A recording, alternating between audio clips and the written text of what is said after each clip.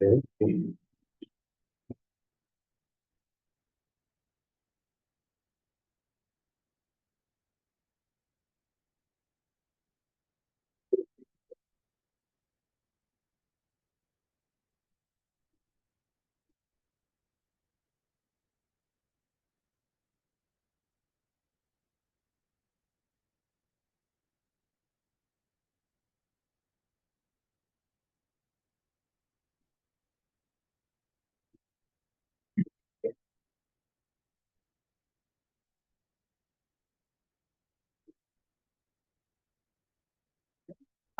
are ready. Just let me finish joining.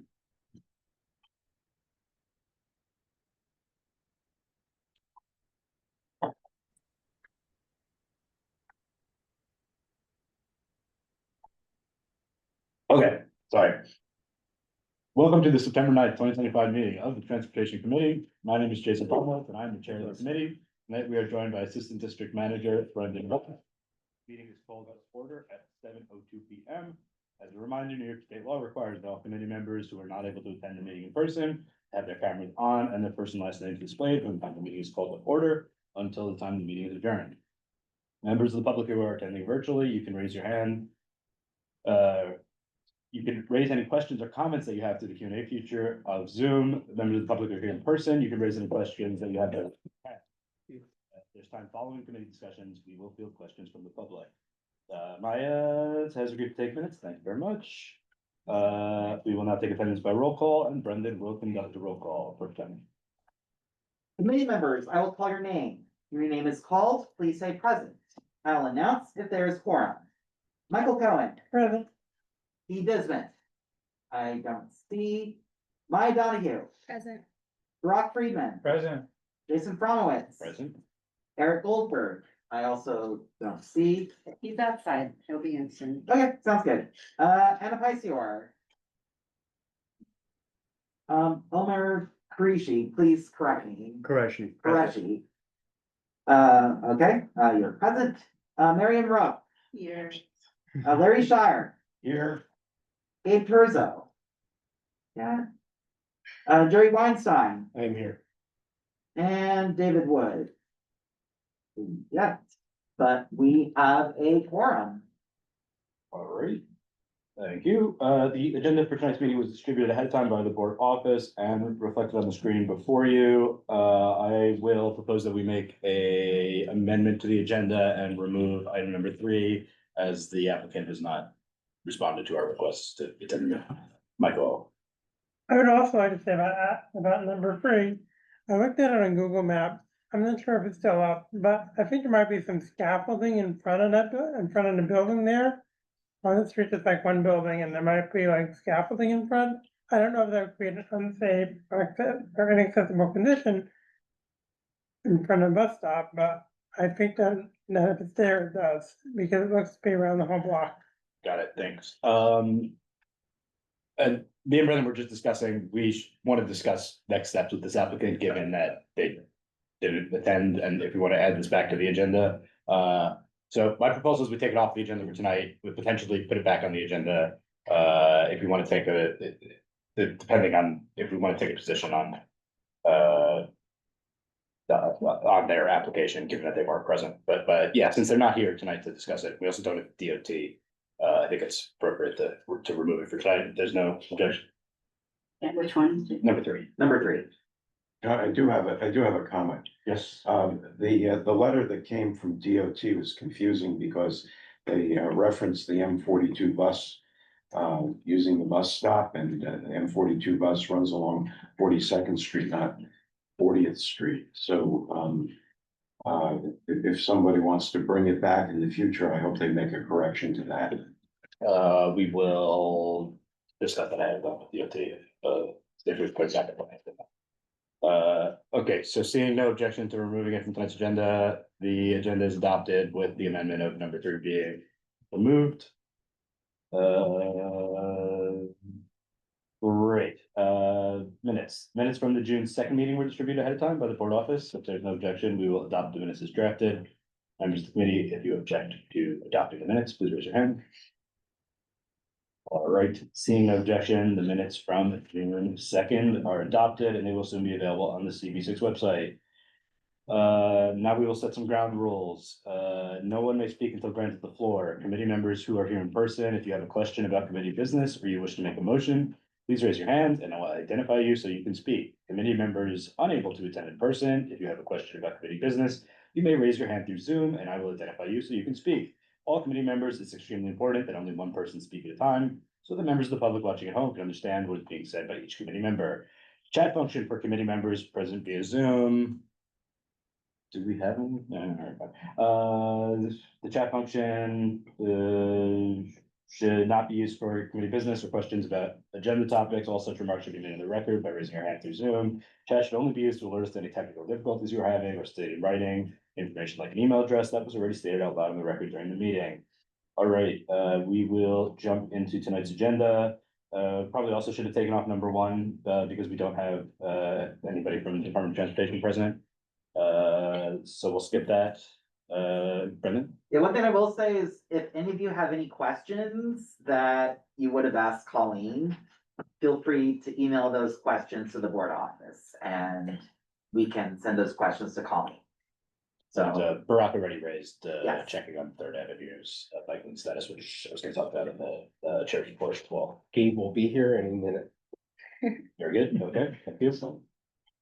All right, moving on. Number 2, presentation by New York City Ferry on their proposed ferry network optimization. No problem, so where we should. It is probably best if you come to the table. Thank you guys for coming. I didn't realize you were coming in person, for sure.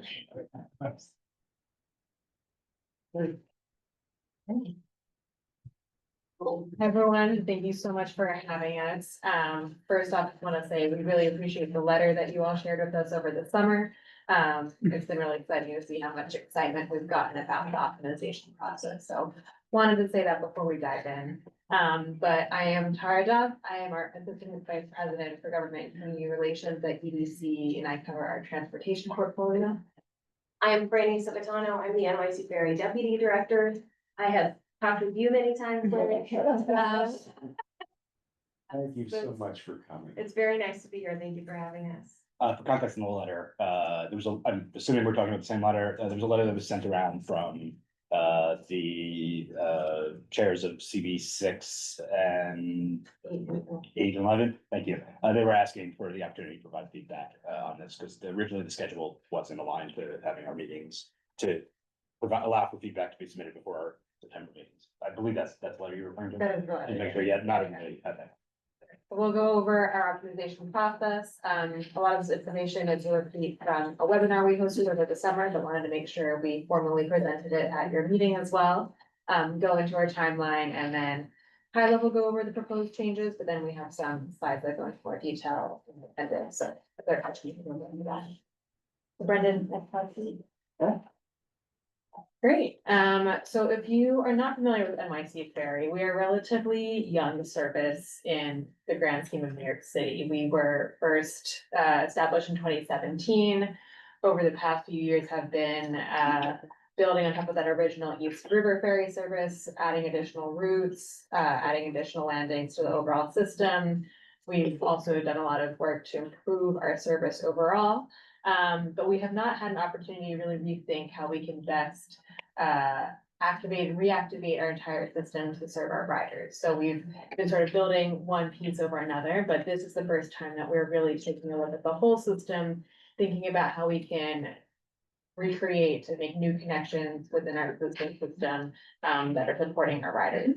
This is predominantly a commuter service, so especially making sure there's connections to Lower Manhattan and Midtown Manhattan has been a huge part of this, and making sure that we are also not just making those connections, but improving our commute times, improving our overall frequency, and making the service even better. We go to the next slide. So our process here started in winter 2024. We took a look at existing conditions, analyzed our ridership data, our demographics and travel patterns, to really think through what are those pain points in our system and where could we be introducing new changes to address those.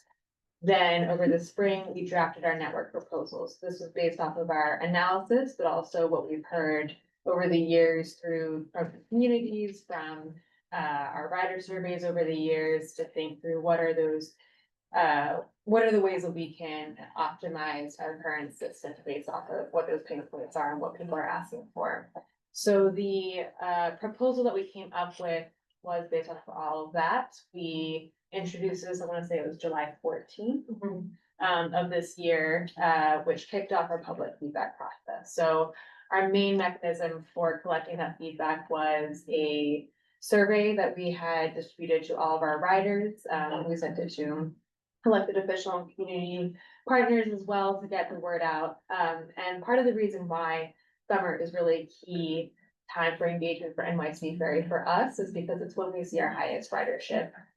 Each year we have conducted a survey that was just generally for understanding rider experience. That always happens over the summer. So this kind of builds off of that previous experience, but also allows us to get a lot of engagement and hit this timeline that we're trying to make, as you see through these other points here. So following this, we go back, analyze that, all the feedback that we've gotten, come up with a finalized proposal that then has to go through EDC board approval before implementation. And we were really trying to hit that winter implementation when ridership is low, allows for a steady runway for riders to understand the changes, so that when we're coming back into our high ridership season in the spring or summer, people have had some time to acclimate to those changes. Any questions on that so far? Next slide. We'll have the Brian go over those changes. Great, thank you. So with thinking about the route proposal that we put together, the system map proposal, we were trying to achieve some goals that were in, I think a slide or two ago, trying to speed up travel times, make things more efficient. I can't remember those exact 5 things off the top of my head, but we were also trying to do this without increasing costs too much. So really wanted to minimize what those costs were. So how we came up with this map is, one, we wanted to make it easier to get to Midtown. We know that Midtown is the largest employment center in the country, definitely in New York.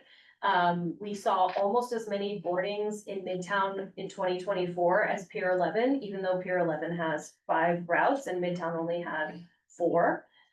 So we know that it is a popular destination. And there are 2 routes that exist right now, or 3 routes, I'm sorry, that do not get to Midtown. So that was an emphasis. We wanted to make better interborough connections. So we know that, I think Larry, I think it was you who was mentioning before the old Lower East Side route. Yes.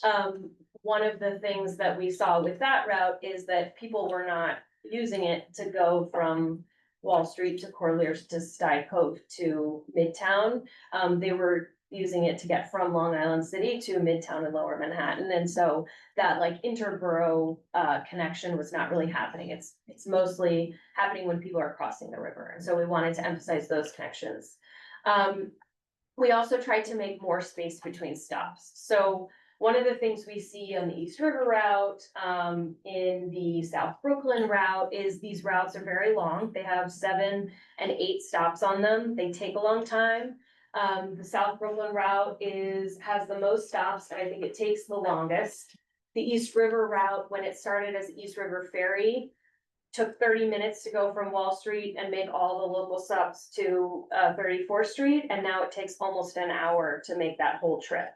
So we know that things get really slowed down when you make a lot of repeated stops next to each other, and so we wanted to try and emphasize how we could bring people to a destination, people can get off the boat, and then we can pick more people up at other landings.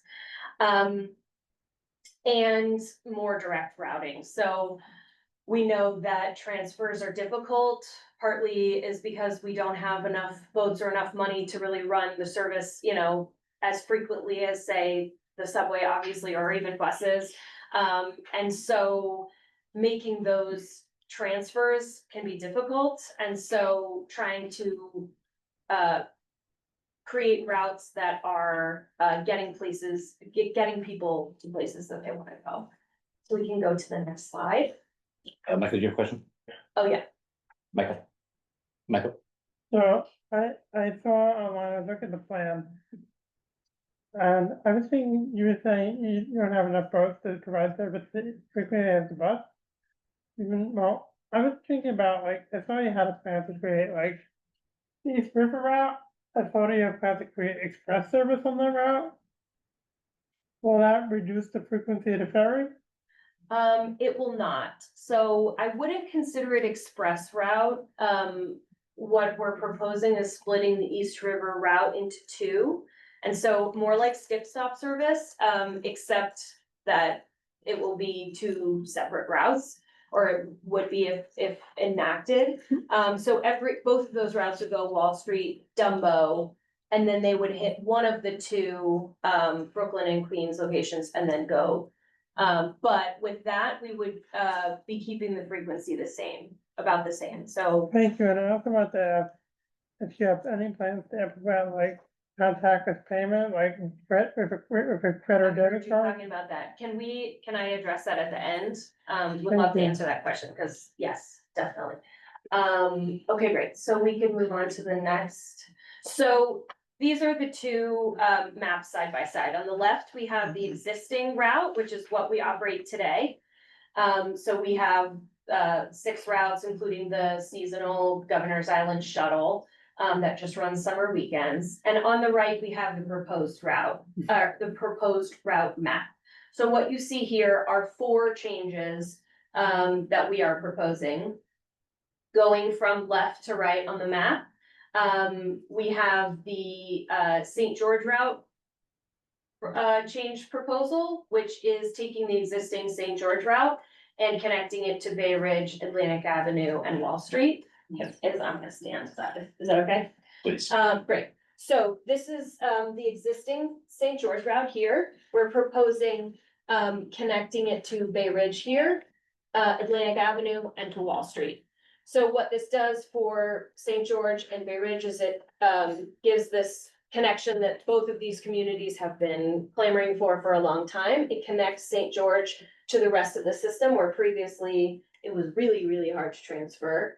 And it maintains the faster connections route that Bay Ridge has, which gets them fast service into Wall Street, because before this was not competitive with the subway. The other change is adjusting the South Brooklyn route, so starting it at Governor's Island, going to Red Hook, Atlantic Avenue, Wall Street, Corlears Hook, and then up to 34th Street. So it gets these folks an option to go to Midtown.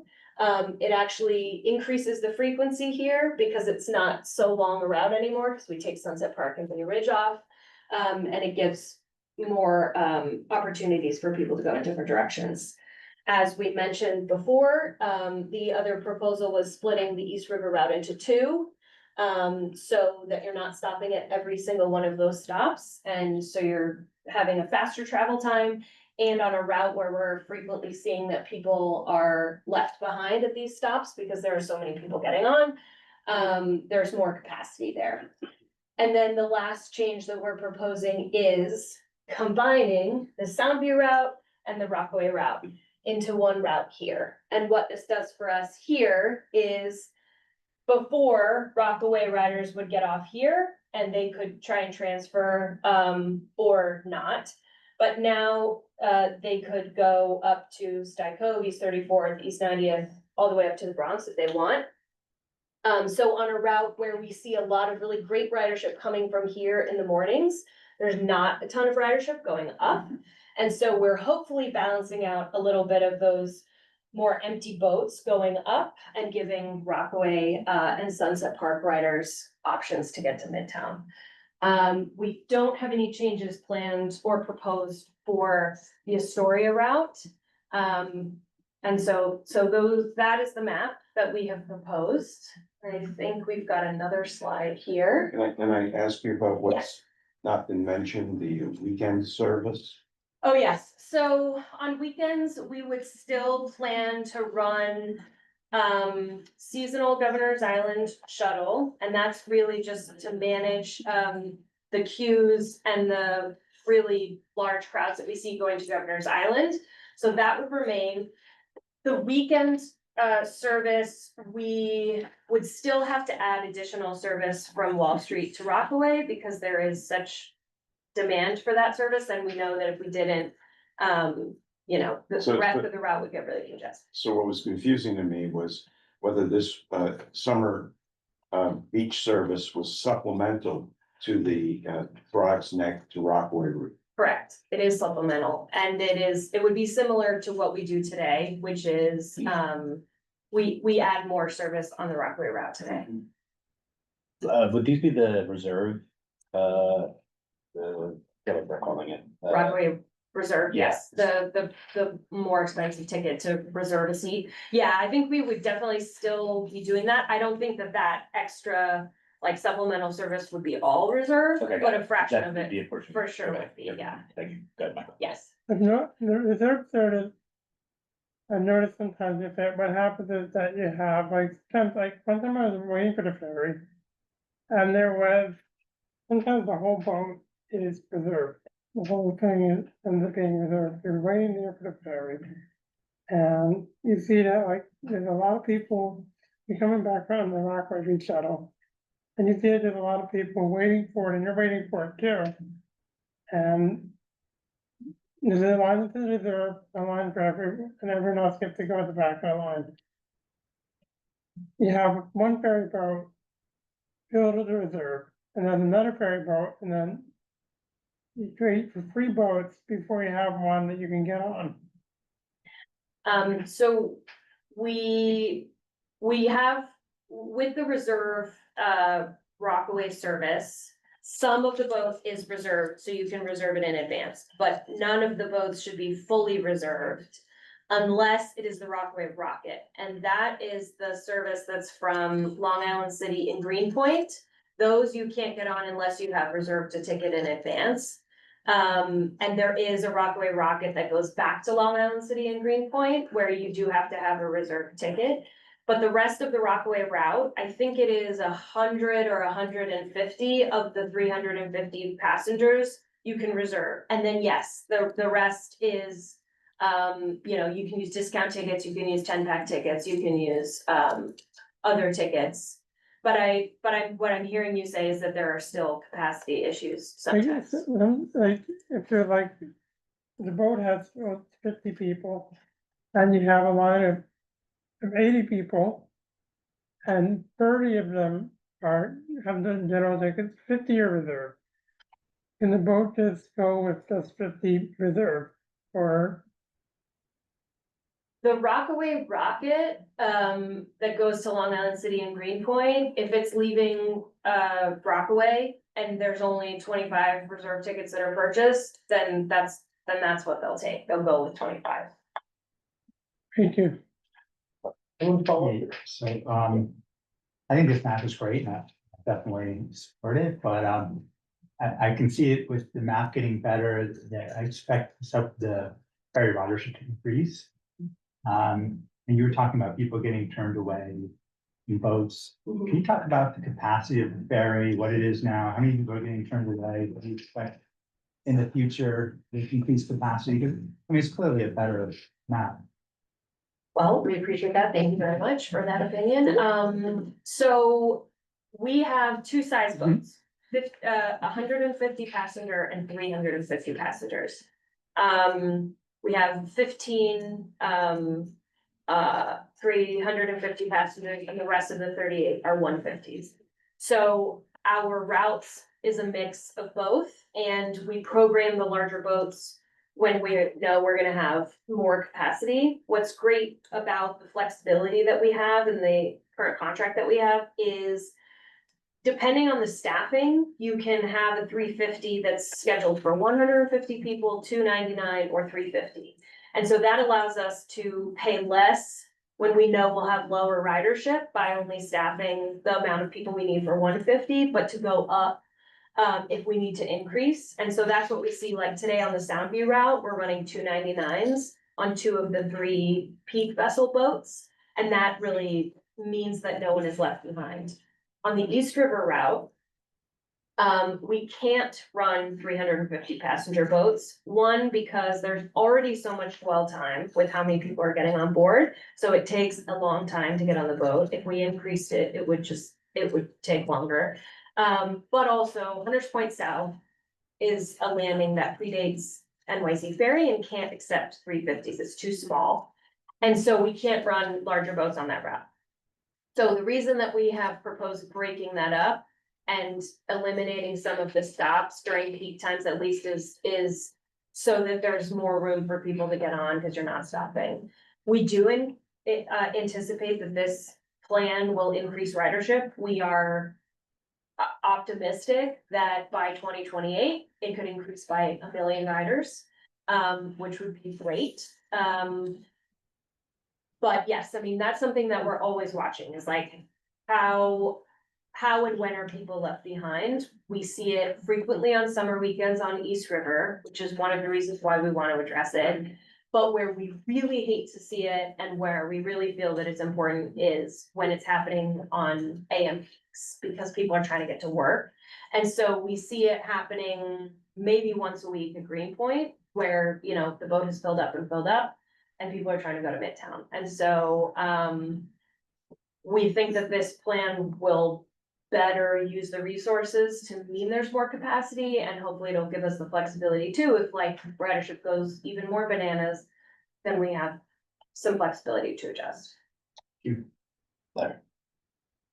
I'd just like to very briefly return to your comment about what happened after the East River route, the Lower East Side route was suspended because of COVID.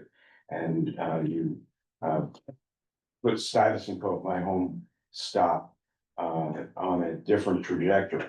And I agree with your observation, the reason why you made the change with respect to people coming from either Long Island City or Hunters Point South to 34th Street. We certainly have the volume there. But for people like myself who needs to get across the river, it really has created a single stop that doesn't have any cross river connection now. And for the last 5 years, last time I wanted to go to Astoria, and Astoria back to Stuyvesant Cove, I had to wait 45 minutes for another boat at 34th Street. I could have walked home at that time. So you didn't try to go to 90th and transfer from there? No, because I just missed the 90th I Street see, boat, I and see, then I it's the see. next Got one. it. So I'm gonna ask the obvious question. What are your thoughts about what Mark Levine proposed, Upper Manhattan and so forth? So we are appreciative of any suggestions, and if you all have ideas for where you think NYC Ferry should go, we would really love to hear them. Yankee Stadium. The purpose of this exercise was to look at existing stops and how we could make them more efficient. And so as part of this plan, we're not necessarily thinking about expansion, but frankly, we got over 15,000 individual responses to this and 20,000 individual landing responses. And as part of that, people told us where they wanted us to go. And so we've heard a lot and, you know, Upper West Side is definitely one of those places. And so have you updated your mental model of what this exercise is? Not in this timeline, but it is definitely on our, yeah. And one other thing which you may want to take after, I'm wondering if you were one of the agencies, and that being NYC, EDC, or you specifically, if you submitted a racial equity plan, this iteration? So that will be a part of an equity analysis, will be a part of the engagement reports that we publish as part of this. So we'll have the existing conditions, how we got to this map, of all the feedback we received, equity analysis, that will be a part of what we, when we announce the final map.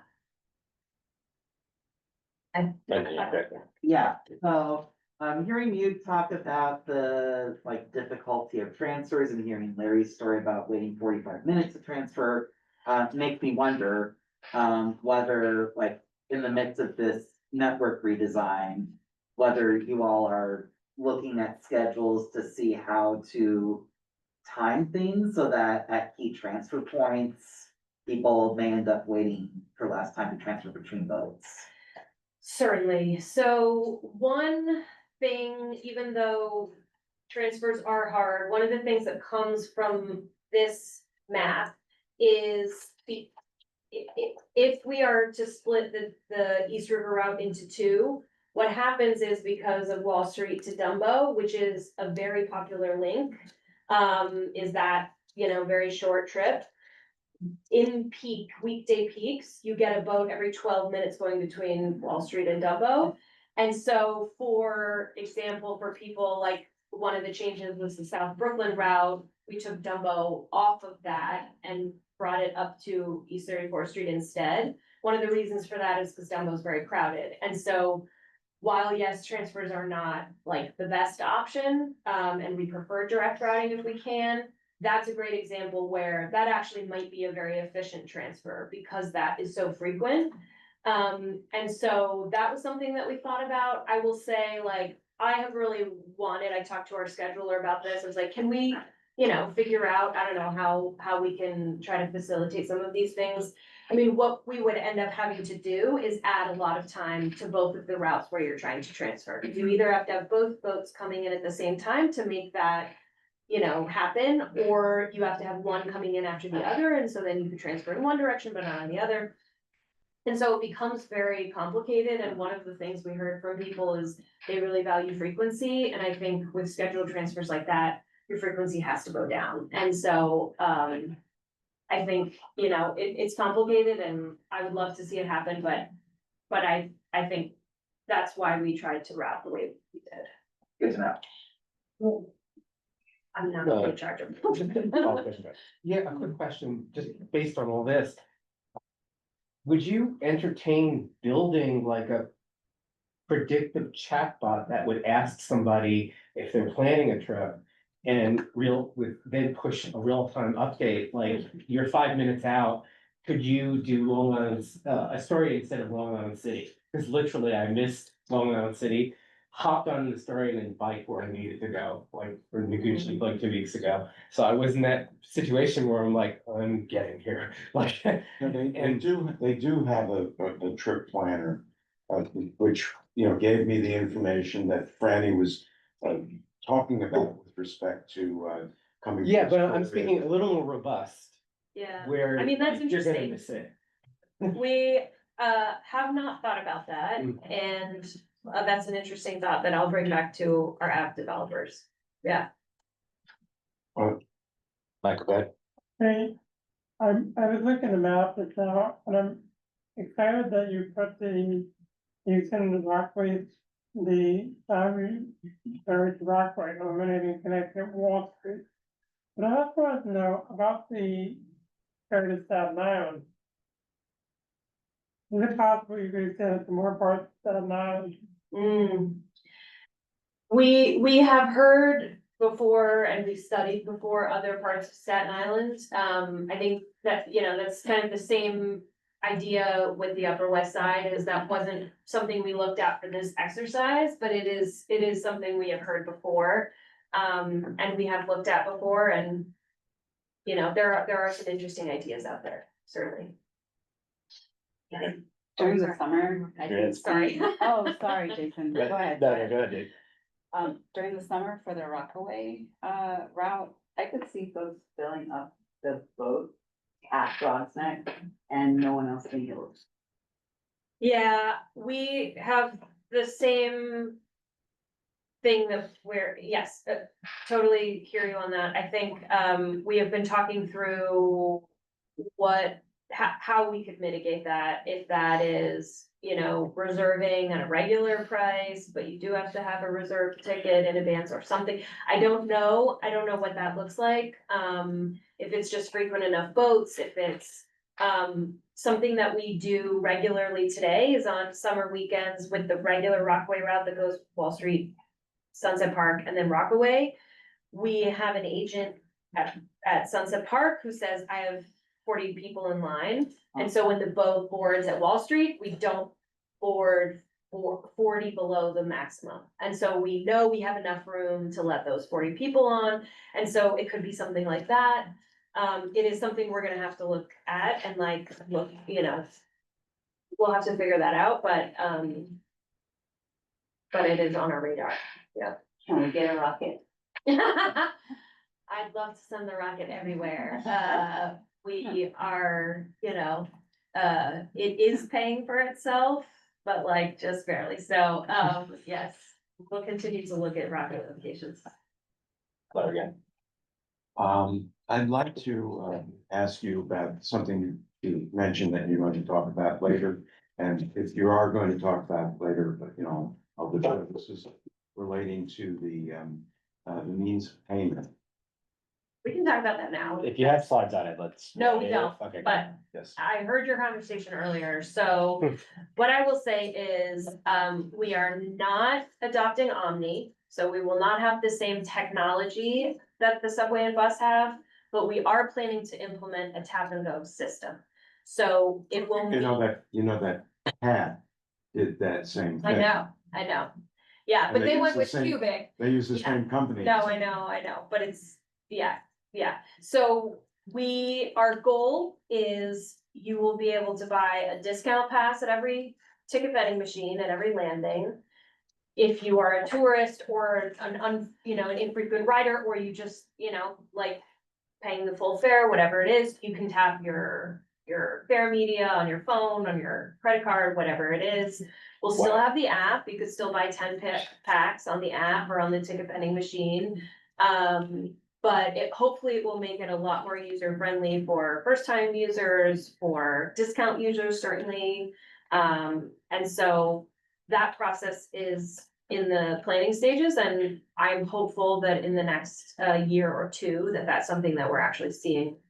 Do you have any kind of estimates as to how much that would speed up the boarding process? I really don't like the scanners that are out right now. I think they take a long time, so I'm hopeful that like the 500 millisecond kind of industry standard that exists for tapping will speed things up. And also if people are if we're not dealing with the glare of a QR code and you gotta find the right, you know, and people are just tapping, I am hopeful that will speed things up, but I don't have an actual estimate. Yeah, just a little bit of trivia. That standard is what amount of time it takes to scan your groceries at the store. Hmm. And that's what they use. Larry just actually asked my question. And I will say, so we do, you have seen the like scanner things at some landings. Those were never actually implemented, so the deckhands can't use them even if they wanted to. But That was they were question the also. first iteration that we wanted to get going and it never worked. A good question. Times I've taken the ferry, I have observed people struggling with the not buying tickets in advance of the boat arriving and then the line being held up, while that person buys the ticket, which I assume then delays the entire line, or the line of the ferry moving. Why does that happen? Shouldn't the onus be on the rider to have the proper fare medium? But I don't really understand why operations are slowed down to account for people who don't have the fares prepared ahead. Yes, they should, and I have seen people leave without, you know, when someone goes to run and buy a ticket and they don't make it back. And so, yeah, I mean, technically, as much as my customer service, like impetus wants to be like, oh, we'll wait for you. that should not be the standard. I think, we probably need better signage, like there is, you need to have a ticket before you board, but, I think for someone who's never taken it before, that's not always obvious. Yeah, I'm less, I don't think that the messaging is unclear about getting the ticket ahead of time. I'm more concerned about like the fact that Yeah. the boats are held up for people. And I feel bad for them, but I don't think a boat of hundreds of people should be held up because, somebody failed to follow the instructions. Is it possible to like extend like the fair area, kind of like the subway? You wouldn't have that problem because you have to go through the turnstiles much earlier before you approach the platform. To make the We dock like a have fair area. thought about this also, and I think, it is difficult. Well, one, we placed the ticket machines on the barge. And so if we could go back and redesign, we would not do that. Like, we would move them somewhere else. So that there isn't like that bottleneck of like, I have to get here sometimes in the middle of a line to buy a ticket. And so that would be challenging. I think most of our landings are not staffed. And so I think there would also be an enforcement issue. And so, yeah, it has been challenging even at staffed locations where like ideally, if you're at Pier 11, can we pre-scan the first, 50 people or whatever, and that just speeds up the boarding process. But what we've found from the operator is that then that requires someone really to watch that line like a hawk, because people are real pissed about line cutters, and I totally understand that. And so trying to balance that has been a challenge. Gary? The ferry to Staten Island has a max of 4,000 plus. All the other ferries we're describing are 1/10 the size. What is the trigger for graduating?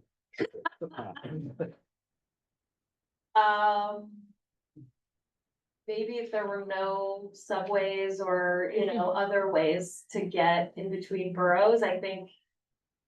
The Staten Island Ferry is an institution. It's written into the city charter. And so many millions and millions of people rely on it every day. We are not trying to compete with the Staten Island Ferry, but we just I don't think that we have the same reliance Well, I even wonder to demand the that, yeah. proposition about a Frog's Neck, Rockaway, if that's a good pilot for such a Oh, yeah. monster. I'd like to see the Staten Island Ferry try to get down gracefully, the East River, but yes. Also worth noting, those boats move very slowly, They do. and it would take a very long time to get the Rockaway from Soundview.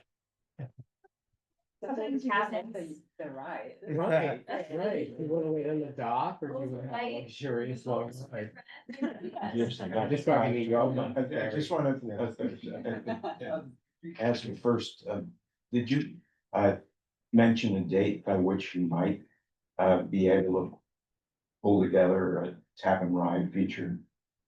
I didn't give you, I said in the next 1 to 2 years. And so I think where we are right now is we have sort of built out the rules and like architecture for what we want to see. And then we need to procure the equipment and then set it up and test it. And so I think in the next several months, we'll probably know a lot more about our timeline. Right, just switching to your request for perhaps additional or revived ferry landings that have existed. We used to have, and I mentioned briefly, Yankee Stadium had a service, so did Shea Stadium. And that service also served the US Open. Presently, they're doing work in Flushing Bay, but if a landing could be reconstructed for the ferry, by EDC there, and we already have the one up in the Bronx.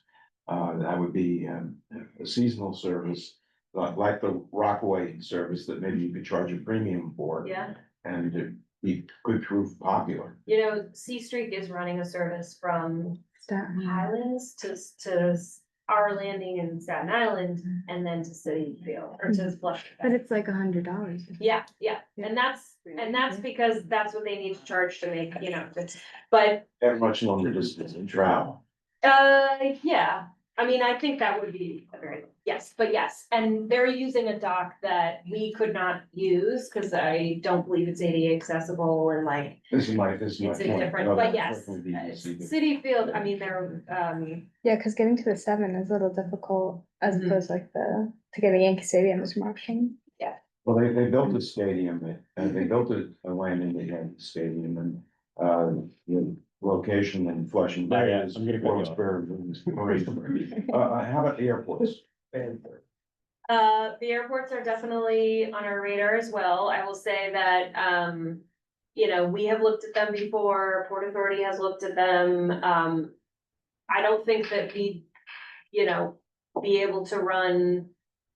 It would be a market rate service, I would imagine that, I don't know what the market would be for that, so, I think there are some challenges with airports, but it is certainly, on our radar of frequently requested things. So I'm gonna try to cut this discussion off here. I appreciate this extensive interest on the ferry, but I think if I could bring us back on the topic on the proposed route changes, I think that would be in the interest of moving the meeting along. Big dream. As we I all- would like to just mention that, we had drafted a resolution and, we raised, some tangential issues. We're looking, since we haven't met with you since 2018, when we first brought out the Lower East Side route. Do you have the resolution handy? Brett, Yep, I just pulled it up. Because in general, we, The last. we're gonna support what you're proposing. you propose that we support, what is?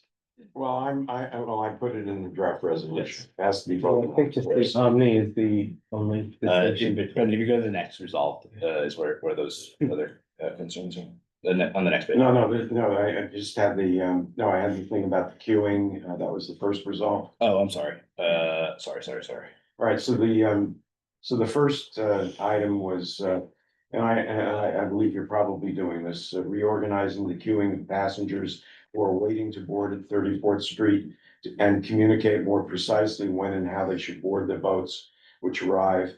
And unfortunately, many of those boats are outside of, view, when you're on the landing. The second item is, adding a fourth loading berth because of, the increased, passenger demand. And I don't know if EDC has any plans for that, do you know?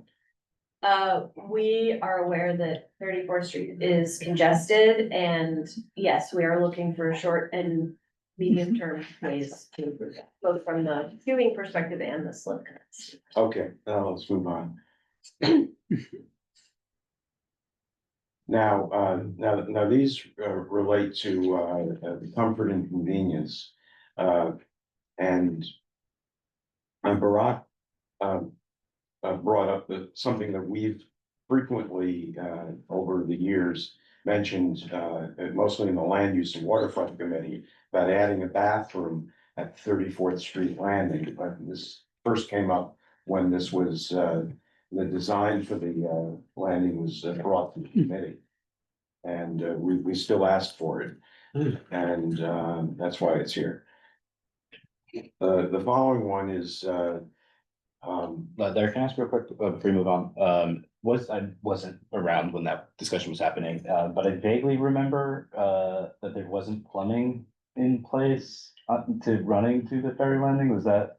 well, we've even suggested using one of those really park self-cleaning things, and all you have to do is run the plumbing from the existing water mains in order to.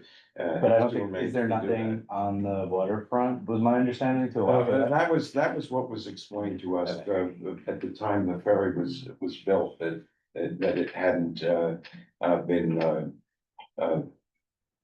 put in as infrastructure. Got it, I just wanted to know for back. And, you know, if there's an opportunity to work with DVC to design some expansion of that, that would be, you know, perfect opportunity to do a proper bathroom. But we just want this on the record. Next is, what we discussed at length, the Omni compatible or other tap and go fare payment system. I mean, we could, I'll just propose changing it to Omni Light instead of Omni compatible. If there's no objection here. Let's come back to discussion. Okay. The. All right, but I just wanted to highlight that. And the last one is, relating to the radiant heating system that, was, just like those, fair, reader machines, you know, poorly designed and they didn't work very well. We just want to make sure that, this issue, which was raised originally, during the environmental, assessment, the impact statement, and in response to that, they put it in, that this be, corrected and then also be added to 34th Street, just like with the plumbing, because this is something that had been overlooked at that time. Okay, do we have any other questions on the proposed route changes? No, okay, good. Then seeing none, let's just open it up for general comment on the proposal. On the resolution, right? I move a resolution. Well, we should first have a discussion. Okay. Because we haven't had a discussion. We've had some questions. I appreciate it. Does anybody want to make any comments or statements or add any thoughts? They may include suggestions on the resolution as well. Mike. About the bathroom at the 34th Street area tomorrow, I think it's a great idea. to Have a bathroom there, but I also wonder, well, we also need like, it's not just used by the New York City Ferry, that ferry terminal, it's also used by Seas Creek and. I think New York water taxis if they're around, but Yeah, and we have down there, I think it makes sense. I actually would potentially propose an amendment, with the relates to the bathroom. Perhaps we ask for, some like temporary, portable restrooms seasonally. If it's not possible to have plumbing set up, especially if the Rockaway route is gonna be expanded and it'll be significantly increased. Potential. I'm a little worried about that because with these temporary bathrooms don't tend to be, serviced frequently enough. They Yeah, stink. but they'd be better than nothing. I'm not sure. Okay, I'm fine, not agreeing, I got Michael. why not just renovate the existing structure, the existing building, they have a building with ticket offices where you can buy tickets. They don't have the plumbing today to set up bathrooms, so I agree, that's what we should have asked for ultimately. I'm just thinking in the shorter term, if there might be. Well, I'm not gonna oppose it if somebody wants to ask for it. That's all I'm saying. I'm proposing it, but if we don't like it, we don't have to include it, it's not not the hill I wanna die. Are there employees there at the 34th Street one? Yes, Where do they? How do they deal with that? there is a bathroom for employees inside the ticket office. So There's plumbing. plumbing. There is plumbing. I don't know, obviously enough for that one bathroom, but I don't know what else is under there. I don't think I was. Then we were misled. Apparently. Yes, did we ever actually ask for one of those temporary, not temporary, pay the kiosk things? Did we ever actually make a resolution asking for one of those then? I couldn't quickly find it, Brendan, in your awareness. Did we ask for one of those as a resolution, one of those Greeley Park style self-cleaning bathrooms at 34th Street? In a resolution 34th and like At the- at the waterfront? Yeah, on the relating to the ferry landing. I would need to look at a resolution tracker. I think Since we we could go follow back- up on this, and I think it might make sense for a separate resolution because it's not for, I guess it is. You know, because we'd have to go back and, you know, at least a decade and look forward from there. Yeah, I think we should, I'll take that off and potentially ask for that separately. So, Oh, you're talking for asking for what? if we wanna ask for one of the installation of one of the self-cleaning toilets. Well, so that's why I didn't go, that's why I didn't flesh it out any more than. No, I think this is, I think this is General perfect, statement. yeah. Okay. So we're gonna just leave this. okay, so we'll leave this as is. Yeah. Do we wanna add in an additional, ask for temporary toilets? Is there opposition to that as an amendment? How about you folks? What do you think of, Is that feasible? the feasibility or desirable? Portable toilets. I will say this is a DOT facility and so it would ultimately be up to them, if they would allow it, but, I don't know that there's harm in asking for it. Are we talking about porta potty? That's what. they're- Yeah, I mean, yes. There's some version, I mean, what the Madison Central Park is entirely different from that. They're self-cleaning.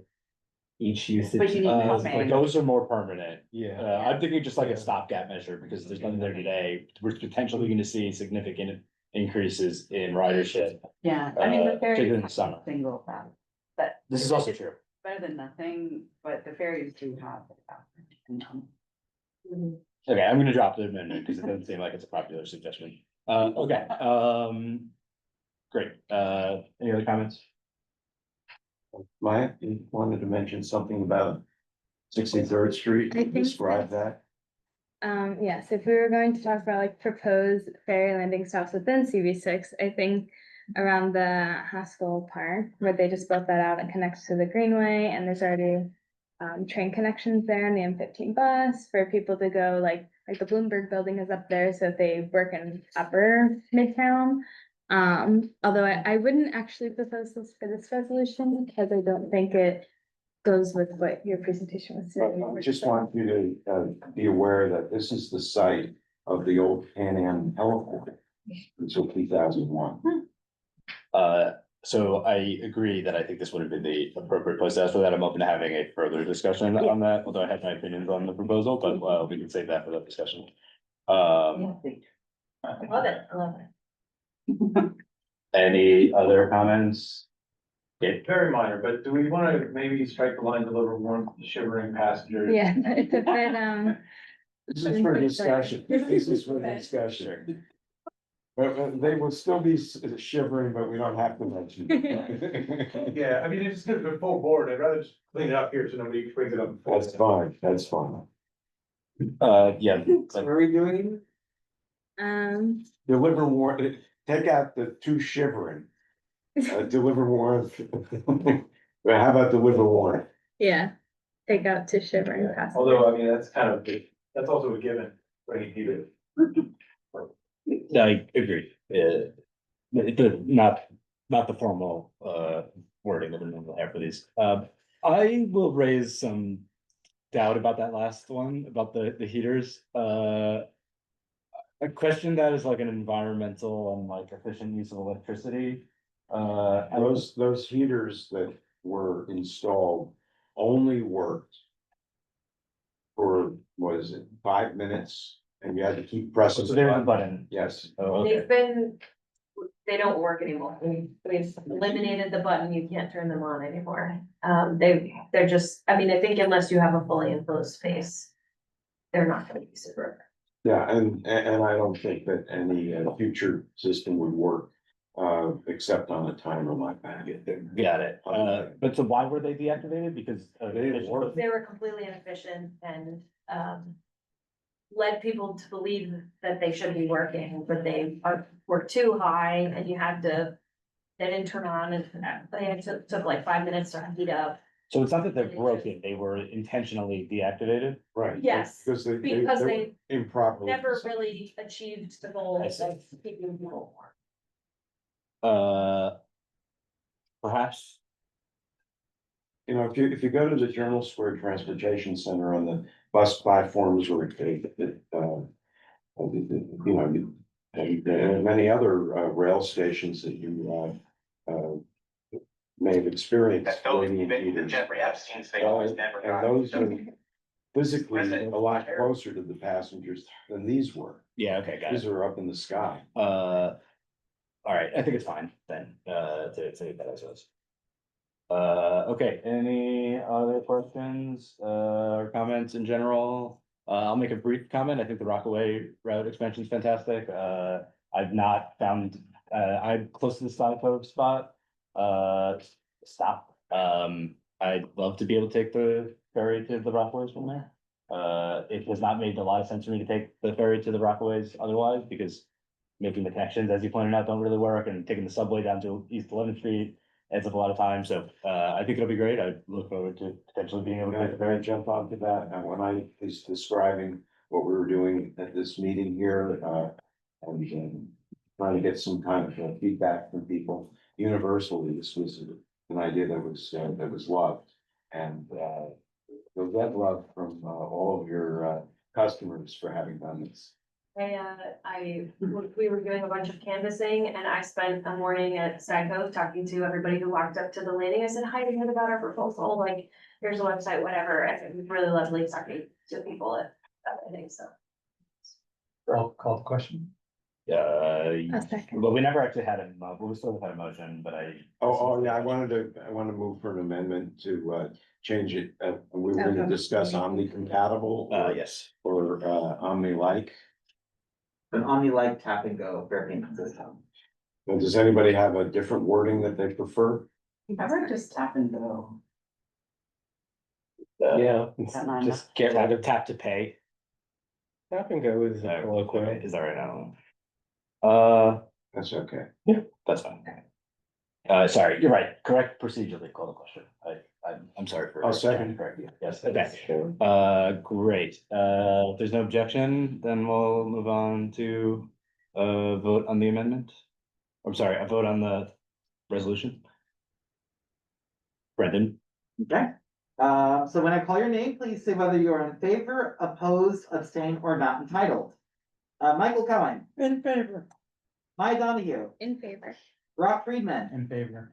Jason in Fromowitz, favor. Omar Karishi, In favor. Marion Rowe, In favor. Larry Shire, In favor. Gabe Perza, Favor. Jerry Weinstein. In favor.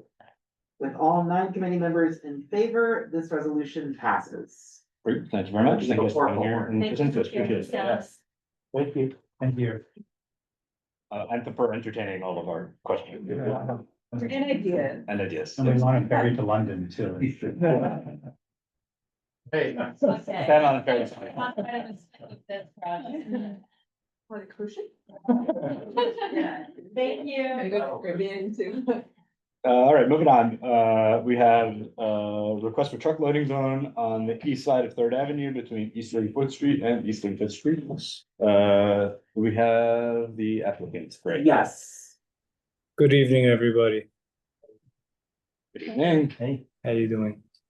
So, yes, we are proposing to do a truck loading zone on the east side of Third Avenue between 34th and 35th Street. It's in front of a new residential rental building that was completed in 2023. We've been in discussions with numerous tenants to occupy the ground floor retail over there. The types of tenants that we're talking to include grocery, supermarket tenants. And a lot of them are asking questions about how we can take deliveries and everything to the space. One of the issues that we have is on 34th Street, there is no parking where a bulk of our frontage of the retail space exists. So we were looking to see if we can get a truck loading zone in the area of this, on that southeast corner of Third Avenue between 34th and 35th Street. I'm not sure if you guys are able to share the exhibit that I provided to the committee in advance, or if I can share my screen. You should be able to share your screen. Okay, sorry, this is my first time doing a Zoom like this. I'm gonna try and get it open for you guys. There should be a green button at the bottom that says share. Okay, share screen.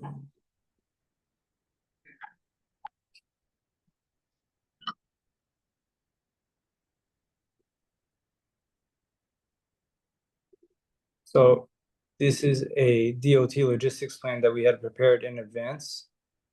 As you can see on the south side where we have 34th Street, we have 3 lanes going east to west. One second, Brenda, can you make that full screen? Let me. So I was just zooming in so I can show you. If you want me to zoom out, please let me know. No, I think on our end, it's just appreciate the zooming in. Can you, Maybe if you get rid of like the participants column too. there we go, much better. Okay, yes, now we can see it. Thank you. Go ahead. Okay, great. So if you, as you can see on the plan on the south side of the street, 34th Street, is the 3 traffic lanes that are moving from east to west. Most south, you have a driving lane followed by a bus lane and another driving lane that goes along the curb. So there is no parking or any residential or commercial parking that's available on 34th Street. And if you look towards the left of the site on 3rd Avenue, towards the south where I have the box in red, that's where we're proposing to do a truck loading zone. This was requested to, a request was sent to DOT and they had no objections to us having this here. They asked that we do reach out to the community board to get your guys' input before they can go ahead and approve it. So what's currently in that lane right now, which we are proposing, it's a no standing lane from 7 a.m. to 7 p.m. So during the daytime, there is no standing. After 7 p.m., people have been parking there. What we're requesting is to have a truck loading zone from 7 p.m. to 7 a.m. So an overnight truck loading zone for Monday through Saturday, and also for all day on Sunday. And the reason we want to do this is I saw on your agenda, one of the issues was congestion between 35th Street to 41st Street. And I don't want the congestion to go more south on 34th Street. So, with trucks double parking and taking deliveries and this stuff, we feel like having a truck loading zone over here will be most beneficial to the community as well as to the establishments that are looking to take the space in the retail. Thank you. Anything else to present? I have some pictures of what's existing there right now, if you would like to see. Yeah, please, that'd be great. Okay. Hey, and it's Colleen from DOTs. Sorry, I'm joining late. I just hopped off CB7. They had their meeting tonight as well. And I just want to add that, yes, we did receive the request and we looked at it and we think it's feasible. But when we get requests like these, because it affects the quality of life, we always want the community board to be the first to hear these requests and to provide feedback on it so that we are aware that this went before the community board, should anyone complain about it, moving forward. Thanks. Can I ask Marlene a question? Okay, we got it. Okay, are you guys able to see the screen? No. Okay, sorry. Let me try one more time.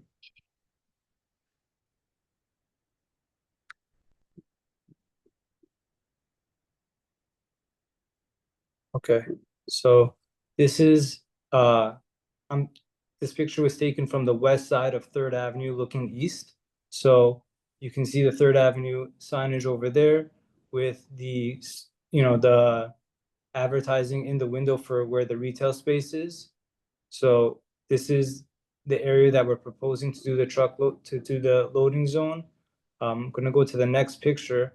Basically, this is standing on the northeast corner of 3rd Avenue and 34th Street looking north. So basically on the bottom of the photo, you'll see where the crosswalk is. So the truck loading zone that we're proposing would go from the crosswalk to the area that's approximately where the fire hydrant is, or before it or after, depending on what DOT provides.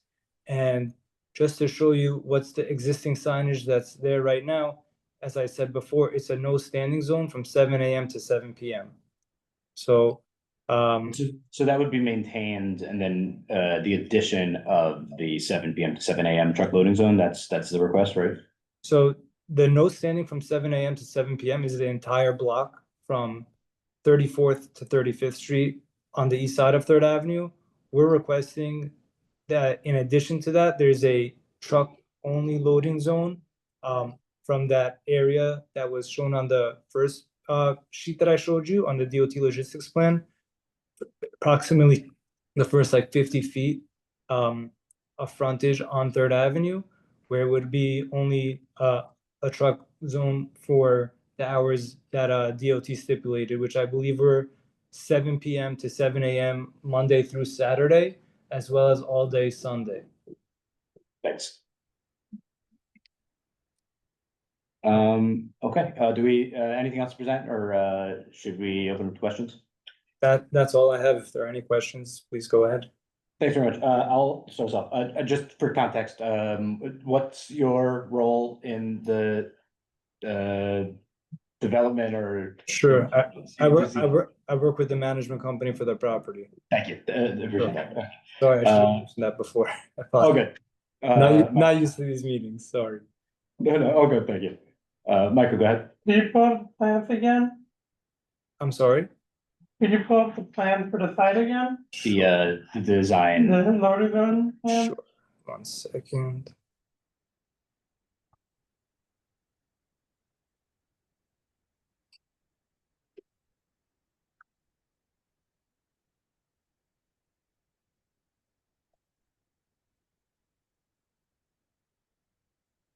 Can you see it?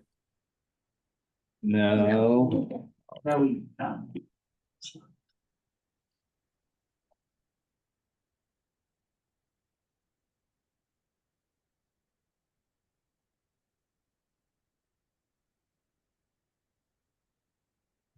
How about now? What's the symbol? The status period, the loading, rid of the loading zone, what's that symbol for the area for there? Do you zoom in a bit? The street? On the sidewalk? Yeah, that symbol right after the tree. Yeah, so there's a symbol on the map, or like up to the right of the red I think it's the rectangle. tree, no? North of the tree, that's the fire hydrant that you saw in the pictures. And then the tree is the bigger tree. Could Yeah, they, the tree is like the circle with the lines that's like right above the 15-foot 2-inch Yeah, marker. so yeah, it's a fire hydrant and a tree below could the loading zone be moved back from the fire hydrant a bit? We have no issues with that just because you can't block the fire hydrant anyway. I believe that gets determined by DOT. So, you know, that. Yeah, as long we So, can incorporate that. so based on the request, and once we get a resolution from the community board in support of this, we will survey the site to determine the length that we can give them for this loading zone. Of course, it's not going to be impeding the hydrant because we have to keep in consideration that we do not extend loading zones where there are hydrants because we don't want the hydrant to be blocked. Of course. Excellent. Mm. Brock, Hey, just a question. I know we have a bus stop on 33rd and 3rd, and I thought it was a temporary stop. And correct me if I'm wrong, I thought the plan was to move it to 34th and 3rd to kind of make a nice transfer for 34th Street. Am I not remembering that correctly? That the 33rd and 3rd is a I don't think we asked for it to be moved. I don't think it's temporary. Brendan, Is this part of the, Colleen, is this part of the redo of Third Avenue?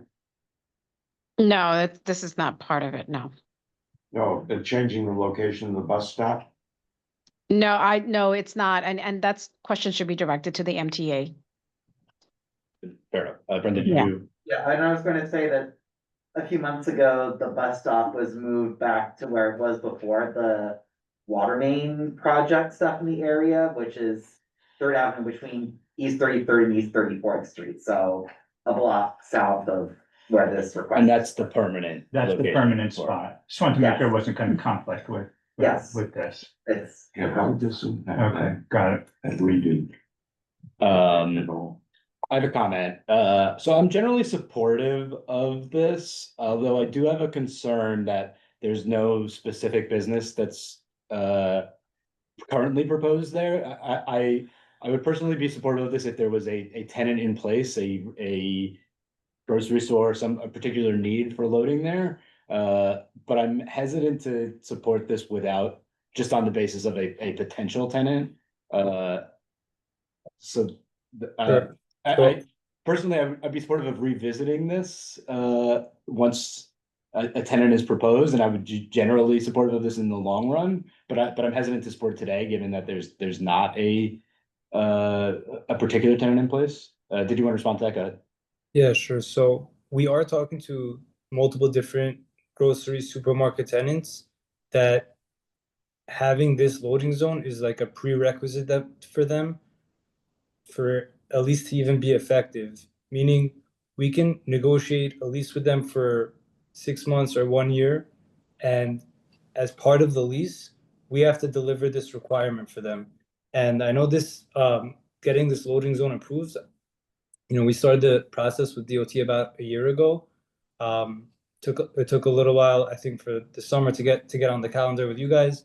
But extending it out is prolonging having the vacant storefront there, which I don't think is a net positive for the community. And I think for what we're looking to do over here, in terms of what's existing there right now, I don't think that it will negatively affect the community, as well as many grocery and supermarket tenants are, getting very, I wouldn't use the word hesitant, but they're taking a lot of things into consideration, especially regarding the congestion pricing and all those things. And everyone's trying to find a way to be more economical and reduce, whether it's parking tickets, tolls, fines, and this stuff. So, it's kind of become like a prerequisite for us to even lease the space, which is why we're here today. You talk a little bit about go ahead, Colin. I was just gonna say, so, I mean, the developer doesn't know yet who they're gonna lease the space to, and it's likely it might be a grocery store. If it is a grocery store, then yes, they definitely would need that loading zone space. So I'm thinking maybe a proposal could be put forth, and it could be stated in the resolution that, DOT considers X amount of footage for a loading zone. If a grocery store is going to be the tenant, then the community board would support an extension of that loading zone to accommodate the loading operations of the business. Excellent. Can you talk a little bit about potential, like what type of grocery store we might be looking at for the space? Sorry, I appreciate that's like kind of a vague question, but I think when you look at like a lot of like deli type stores, it's generally fall under the category of grocery. Is that what you're envisioning there? In which case, like those storefronts don't often have loading zones, at least in our area, or we look at like more of like a full service grocery store as a potential tenant. It's more of it's multiple tenants that we're speaking to, and I don't want to say that grocery and supermarkets are the only tenants we're speaking to. We are speaking to other high-end food establishments as well, that would need deliveries and loading zones as well. But we're not talking about without I'm not supposed to say too much, but without saying too much, it's not like your typical 1,000 square foot mom and pop grocery store. It's more of a larger format store that's gonna, if they do take the space, somewhere probably taking the entire retail square footage, which is close to 10,000 square feet. So it's not a small operation that it's a few boxes, it's a much larger operation than that. That's helpful, thank you. Yeah, and Madam again, Chair. if it makes the community board comfortable, we can always revisit this. You can put it in your resolution as a caveat that DOT reevaluates this dependent on the tenant that moved into the space. Thanks, Maya, go ahead. I do agree with the reasoning that we should put it in now. Or perhaps with Colleen's suggestion with a caveat. But my question is about the length of time that they need this to be a loading zone, like they're asking for all night and all day Sunday. I'm not usually the one to promote like having parking and stuff, but it does seem to be a very long time for it to just be an idle space. Could you talk maybe a little bit about why there's a need for it to be, I Sure. guess, it's from like midnight to 7 a.m. and why Sunday? Yeah. Sure, there, Yeah. I assume that DOT, I believe it came from DOT that not to give us daytime hours. That's one thing, and the second thing is different retailers have different deliveries scheduled for their stores. So some retailers say I take deliveries on Mondays, Wednesdays, and Fridays. Some are on Tuesdays, Thursdays, and Saturdays. So we ask for these times so that to give us the most flexibility. Yeah, and we're trying to like work with businesses to have like these deliveries, off-hour deliveries, which is much better at night as opposed during the day where it's more heavily trafficked. So we've been working over the years with a lot of businesses that prefer to have the nighttime deliveries as opposed to having their operations during the day. So, yeah, I think nighttime makes sense. I guess I just question if they need a full 12 hours or if if that's. Well, again, I mean, these are things that you can add in your resolution as a caveat, depending on who's moving in there, who's going to be occupying the space. If, for example, it's going to be Whole Foods, let's say, for example, it's Whole Food who's going to be occupying the space, then it would make more sense to revisit this and expand the hotel loading zone. And then I'm sure the community board would feel like, okay, then it's Whole Foods, then yeah, they do need this based on their operations. Got it. Thanks. Laura, did you have something? I just wanted to ask Colleen, with regard to the Third Avenue redesign plans. Does this in any way affect that? I don't know. I don't believe it would affect that because remember, keep in mind, we are maintaining parking on Third Avenue.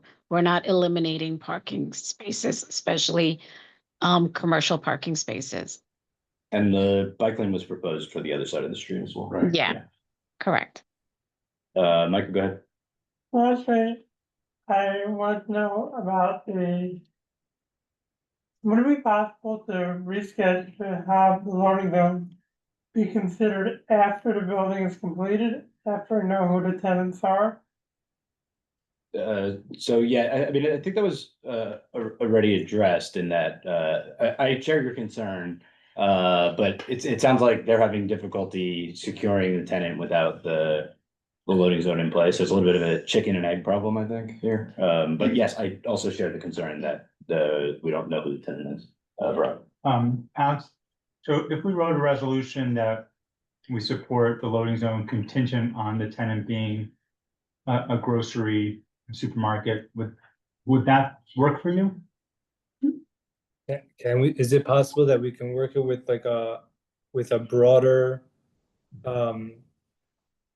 target, meaning if it's not a grocery or a supermarket, but it's a food establishment, can that be part of the conversation? Can that be part of it as well? Because it's not, I don't want to say that I don't want to limit our negotiations or to only these types of tenants, because we are talking to a number of different tenants.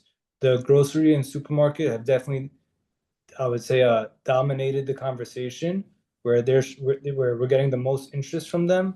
But I don't want to lock the property into only that type of tenant. And then, you know, if I share that with a non-grocery tenant and it's a food establishment tenant, they might get the feeling that they're not wanted there. So they're not even gonna try to take it to the next step, right? So. And Alex, it doesn't necessarily have to be a grocery store chain like what you mentioned. It could be retail. Just throwing out, for example, it could be Target. Just one example. So I understand what you're saying. You don't want to lock it in where you're saying it could only be a grocery store tenant Right, that would occupy the space. It could be a retail tenant as well. It could be a coffee store, or it could be a salad store or something like that. I don't wanna, as long as we do something that's that broad, that, you know, it's a little bit more broad and not just targeted only for a supermarket or a grocery store. I think it's something we could be open to. If I could opine a little bit, I mean, we have a ton of restaurants throughout the city, and personally, I would support no loading zone in front of all of our restaurants, but we don't generally do that. So I'm hesitant to be very broad here. I don't think a food establishment fits into where we traditionally put loading zones in today, unless we're gonna make a huge policy change and putting them everywhere. So I think we would need to be a bit more specific. Also, I'm just thinking generally. I know we did pass a resolution recently, which also we didn't know the tenant specifically in place. For a grocery store, but that was specifically, It was we for a were, grocery it was for a, store. They just specifically put it for a across the grocery name store. of the- Yes. Now I don't think, also don't think that tenant has actually, that has taken place, but another consideration I would say for that area. Was like just, I would say looking at the area, I'd see. There was particular need for grocery stores, for grocers in that area. Whereas, let's say there's not a need for grocery stores in this area, but I would want to just understand what exactly is going on here. I don't see this as an area that's necessarily underserved by grocery stores, unless people completely disagree with me. I disagree. Okay. There's Gristides and D'Agostino. There's- These are not. There's Trader Joe's. Vendors. Okay. May I just throw something out for a consideration? A retail use that requires off-hours delivery, or that intends to use off-hours delivery.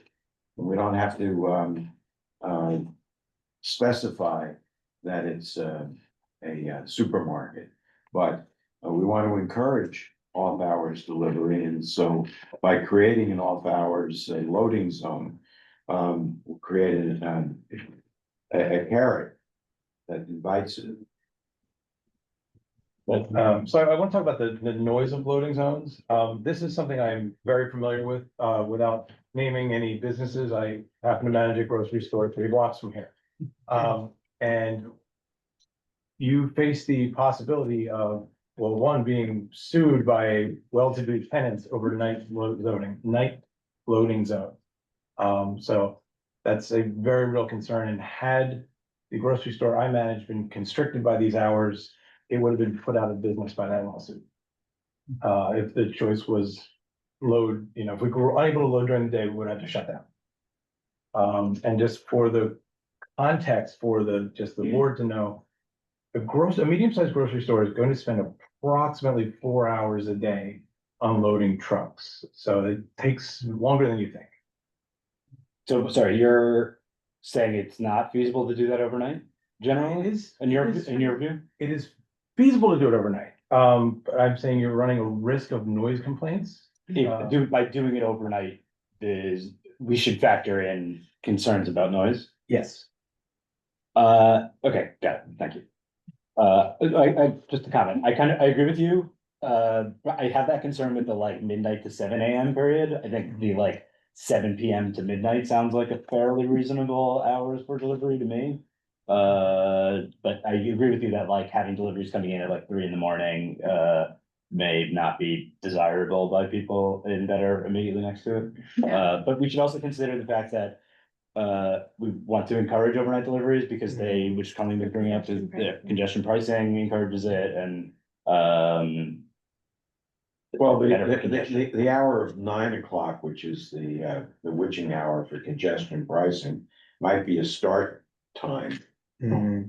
But I think that But then goes you have against like a what Gabe's talking 2 hour about. period where Yeah. like there would be parking allowed. I don't know if that's a good idea. Well, the question is, right now, there's no standing all day. Till 7 p.m. Ah.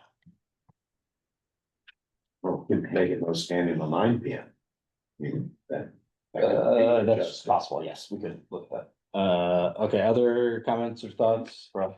Yeah, we struggled getting through these loading zones Yeah. surprisingly into full board. And I'm actually supportive of the loading zone here and kind of think it would be helpful, but I think it would get rejected in full board. And I guess my question is, how many feet exactly are we talking about? Because it seems like we don't have a tenant, we don't know how long it is. Hours seem odd. And I'm still supportive of it, but.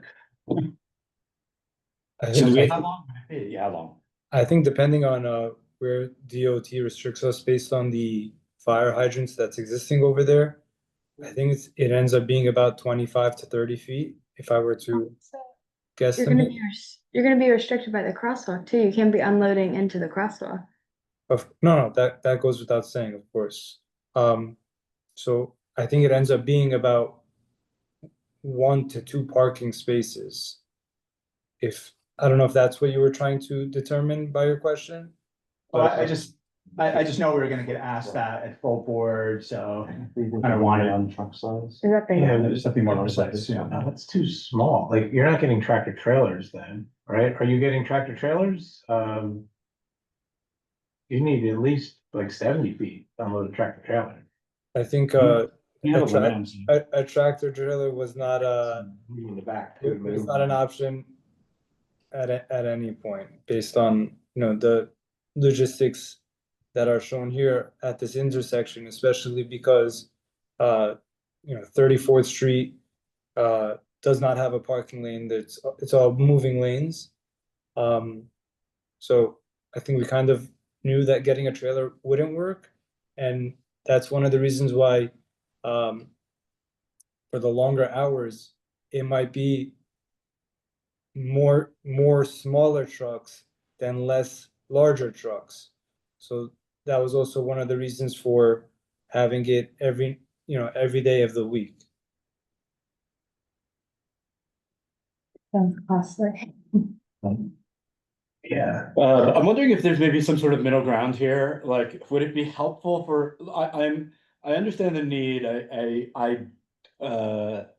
like the idea of, I want to see the space to be successful and have it serve the community and be a valuable space, and I understand the constraint that you have with there not being a loading zone there and that making it a hesitation. Could we pass a resolution in support of of revisiting something that you could give to potential tenants to assure them that should the need be demonstrated, we would support it, something vague, basically saying that we would potentially support something here, but we would need to review the specifics of the proposal and the need for the community. I think we could get consensus around that, but I think with the limited information we have, I think it's gonna be, as Brock pointed out, I think it's gonna be very hard to get this to full board.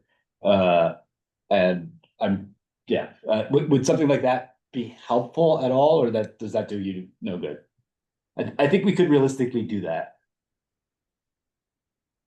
I guess it's better than nothing to talk to tenants about. And as you said, I share your concern. Our goal here is to have an occupied active space as opposed to a dormant vacant space that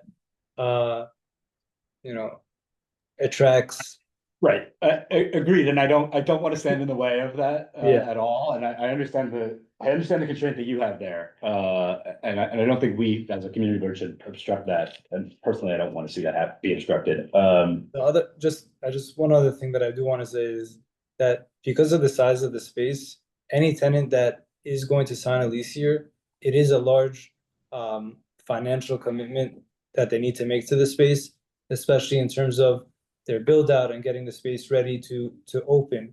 And it's just, you know, the reason why we're here is because we've seen that it's just very hard for tenants to get over that hump of what they're gonna be able to do here.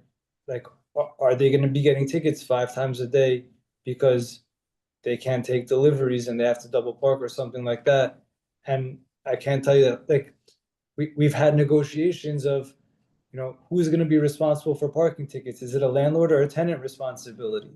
And we're just trying to get ahead of that so that, you know, clear that obstacle so that we can have this corner of 34th Street and 3rd Avenue to be a lively, active corner and not a dormant corner that just sits, you know, vacant and doesn't serve the community that, Understood. you know, Yeah. we're here for. It's Colleen. So this development hasn't been constructed and therefore, we don't know who the tenant is gonna be. And this is the reason why you're here asking for the loading zone. I think in all honesty, Colin, sorry, I think the construction is complete of the structure oh, it's anyway. completed? Just need to have the Okay, it's space. completed. Yes. Oh, I wasn't sure.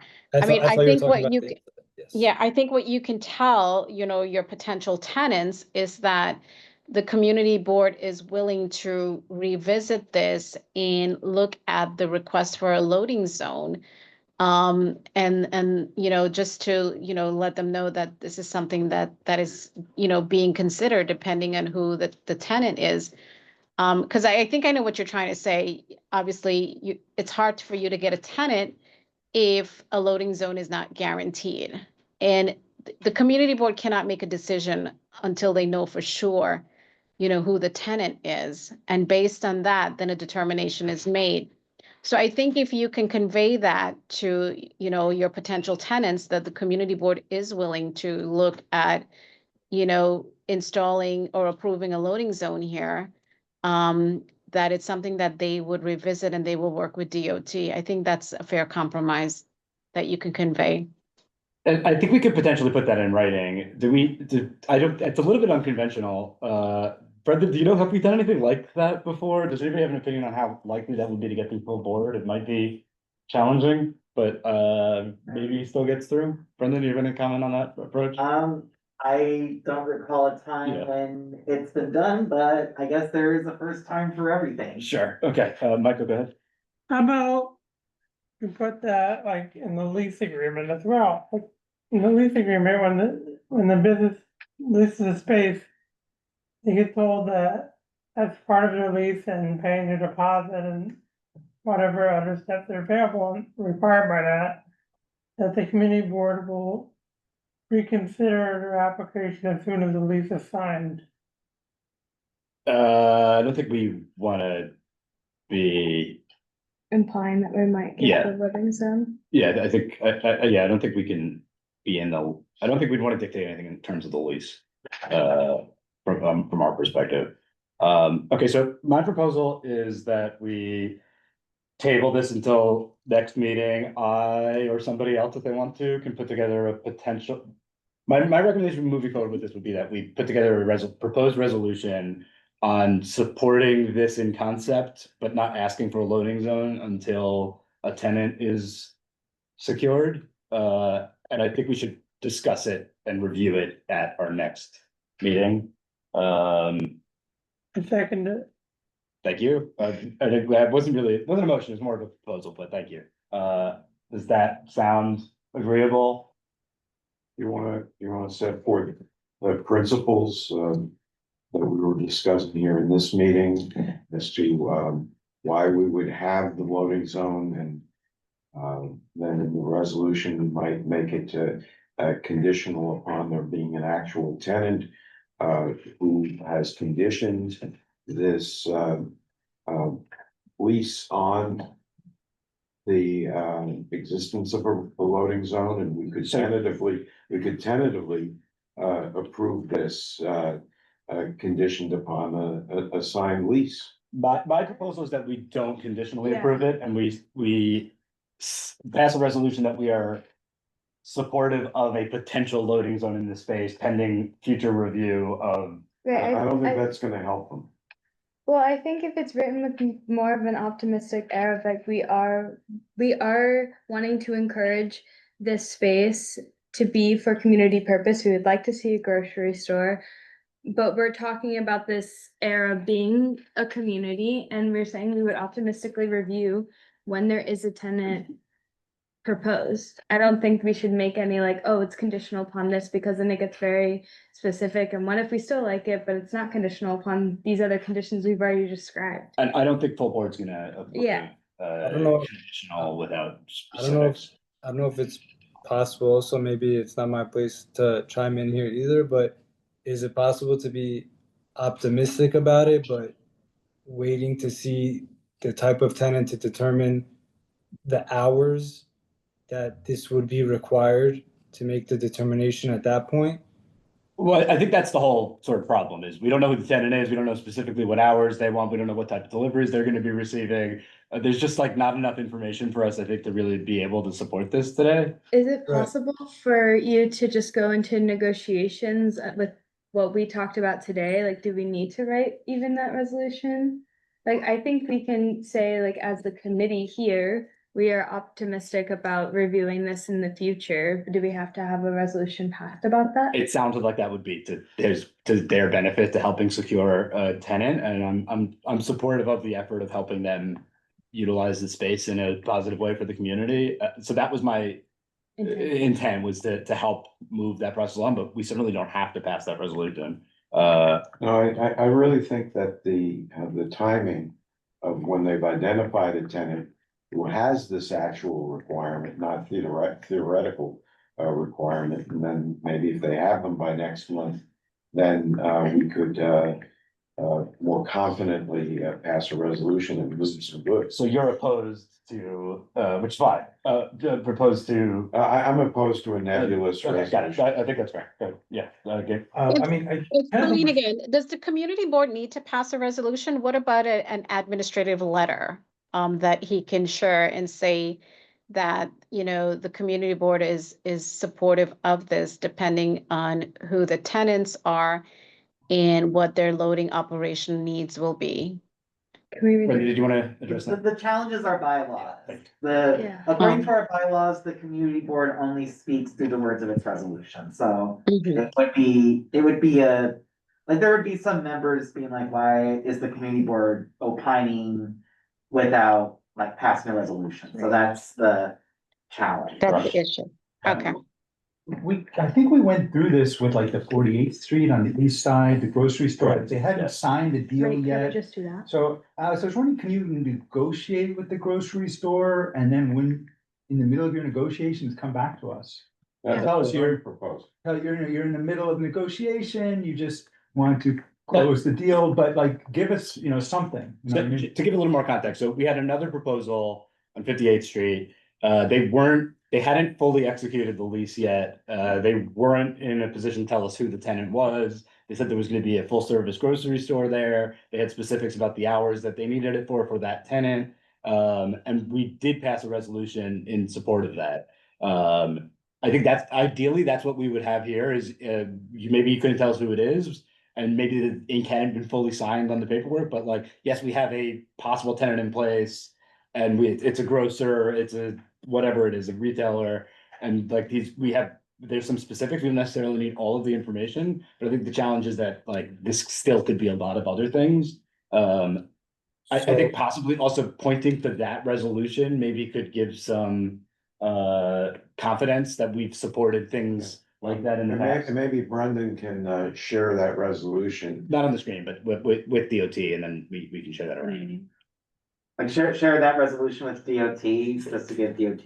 DOT and the applicant. Start to the applicant, yeah, so that they have that as context to share that like the community board has supported loading zones for grocery tenants in the past and how that went through and that like we didn't know the tenant name yet, but we were able to still get it approved. And this provides a roadmap. Yeah. I think that's probably the best path forward. Like what we're agreed on. So I think where we're leaving this then, if everyone's aligned, is that we're not passing any resolution tonight. And we would. We invite them to come back when they have something in line with the roadmap. Yeah, yeah, exactly. I think we are supportive of a potential loading zone here. Again, we're not passing a resolution of this, but this is just the general consensus I think we have. We're generally supportive of a loading zone here, but we aren't in a position to pass a resolution without knowing at least the specifics of a tenant, specific category, specific hours, specific requirements. Yeah. So yeah, so we invite you to come back when those are potentially in place, and then, you know, we can revisit this and I think we can revisit that. Okay, I'm sorry, that's not what you were hoping for. Thank you. No, I mean, I appreciate everybody's input. I know getting it across the finish line is not simple. But at least you have something that you can show your prospective tenants would be a way to proceed, and that we've done this before. And I'll share, I mean, I'll share. I will just say one more thing, because just Colleen mentioned it, and I believe one of the other members mentioned it too. So one of the retailers that we are talking to is Whole Foods. We do have a lease that's being negotiated with them, and this is one of the sticking points. But in addition to Whole Foods, we still are talking to other tenants as well. So I know you guys were looking for more of a specific situation, so I guess this is as specific as I can get. It's been hard to get past this point in our lease discussions, but you know, this is one of the tenants that we are talking to, and talking to them very seriously. Buildings are not big enough for Whole Foods. They have one of these new concepts that the Whole Foods market. Were they talking about the daily market like they did at Stuyvesant Town, maybe? Okay. That used to be an associated.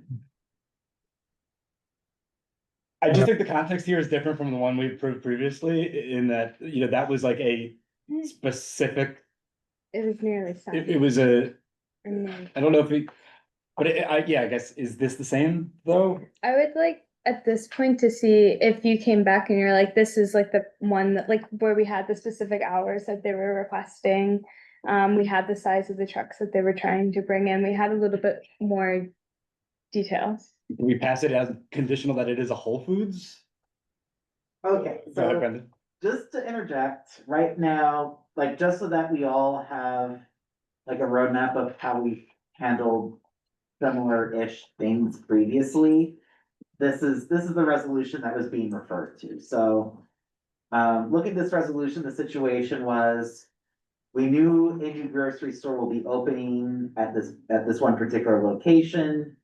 The grocery store knew how many deliveries per day, it would have. Oh my goodness, there we go. There was a lot more specifics on what the ask No, well, was. let's just run through them, because we are not familiar with the topic. Okay. But yeah, this is the resolution that's been referred to. So I think, yeah, if there were more specific requirements that you want, a little bit less, right now you're asking for a very vague, a long amount of hours. This was a little bit more, it's constrained. Did we have hours on here, Brendan? In fact, no, it was, 24 hours a day, so it was less. Interesting. It was more No, but permissive the than this. important thing was they wanted to participate in the DOT's off-hours delivery Yeah. program.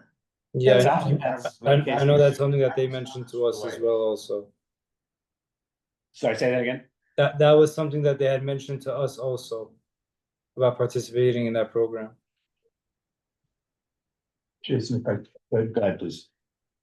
just a proposal to the group that we do pass a loading zone resolution contingent on it being a grocery. And that way, a full service grocery, and that way, Alex, you can go negotiate with these grocery stores. And then if you want to negotiate with weed stores, I don't care, it's fine with me, but no loading zone, but I think you can. We don't want a weed store here, no. It's not gonna bother me at all, but, I think we could. You'd have to come back to us to ask for the loading zone for the potential weed store, just to be clear. I'm just saying, I think we could pass something contingent on it being a grocery store, and that way you can negotiate a lease with Whole Foods or whatever. I think that's a fair proposal. I think that's fair. And yeah, I think if it turns out that it's another tenant that you decide to lease the space to, that's not a grocery store, we could then revisit it, and you Yeah, could also. I'll come back, but I think, what you guys suggested about it being a grocery store, I think that would be a big benefit and help us a lot in our negotiations. Yeah, and I think you could also show that to potential non-grocery tenants that Agreed. are supportive of a loading zone here. We'd have to pass another resolution should it be another type of business. But I think we would likely consider and review that. Okay, I like that idea. I still think we should review it in detail in our next meeting, just because of some of the complexities here. And also, if they have any additional details to provide, and we could put in the resolution in the course of the month, that would help. Yes, but it doesn't sound like we're gonna get a lot more specifics. Without the, What's that? they won't get more specifics without stuff. Without this, right, yeah. We'll workshop the specifics of the resolution. But well, at least we have a template. Yes, That's been identified. right. Okay, so then now the proposal is that we do pass a resolution contingent on the grocery store.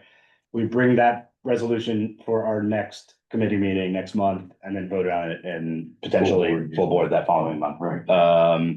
So that would put your timeline in October to have potentially a resolution passed. But we have consensus here that we are tentatively supportive of such a resolution.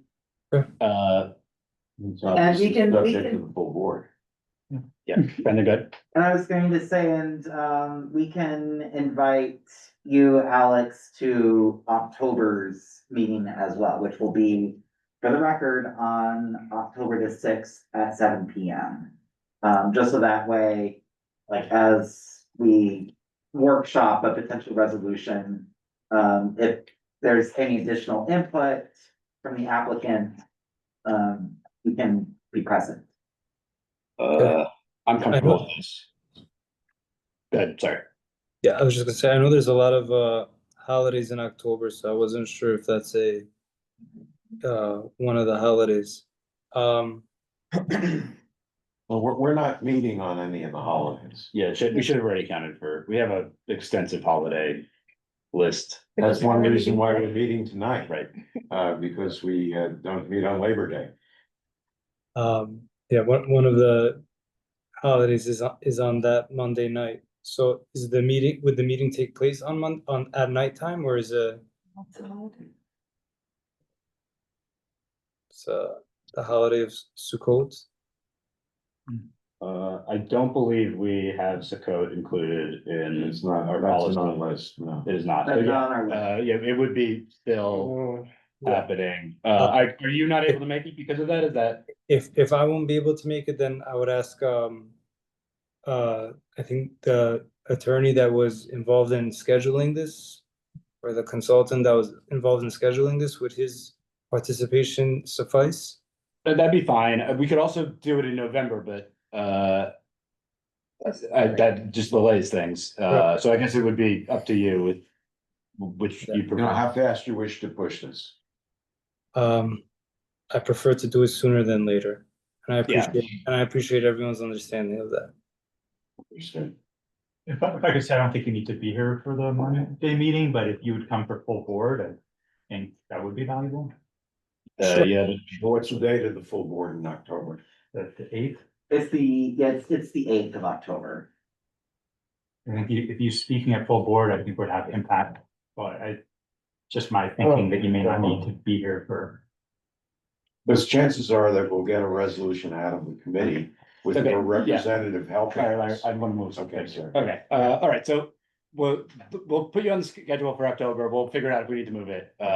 We'll do that. But, okay, so we're gonna go forward with putting together a resolution for our next committee meeting in support of a potential grocery store, of loading zone for a grocery store at this location. Does everybody sound good? Okay, great. All right. Thank you very much. We'll be in touch with if we do October or November. Okay, all good. Thank you, everybody, for your time, and I appreciate it and looking forward to working with the community. Thank you. Thank you. All right, thank you. Next on the agenda, we have a discussion of crosstown traffic and congestion between East 35th Street and East 41st Street. So for context here, basically this came about because of the proposed 34th Street busway. Obviously, we had a very memorable meeting about the 34th Street busway. A lot of concerns were raised generally about existing congestion on the streets. There was concerns about exacerbating that with 34th Street becoming a busway. Personally, I prefer not to revisit the discussion about, we should not revisit the discussion about 34th Street.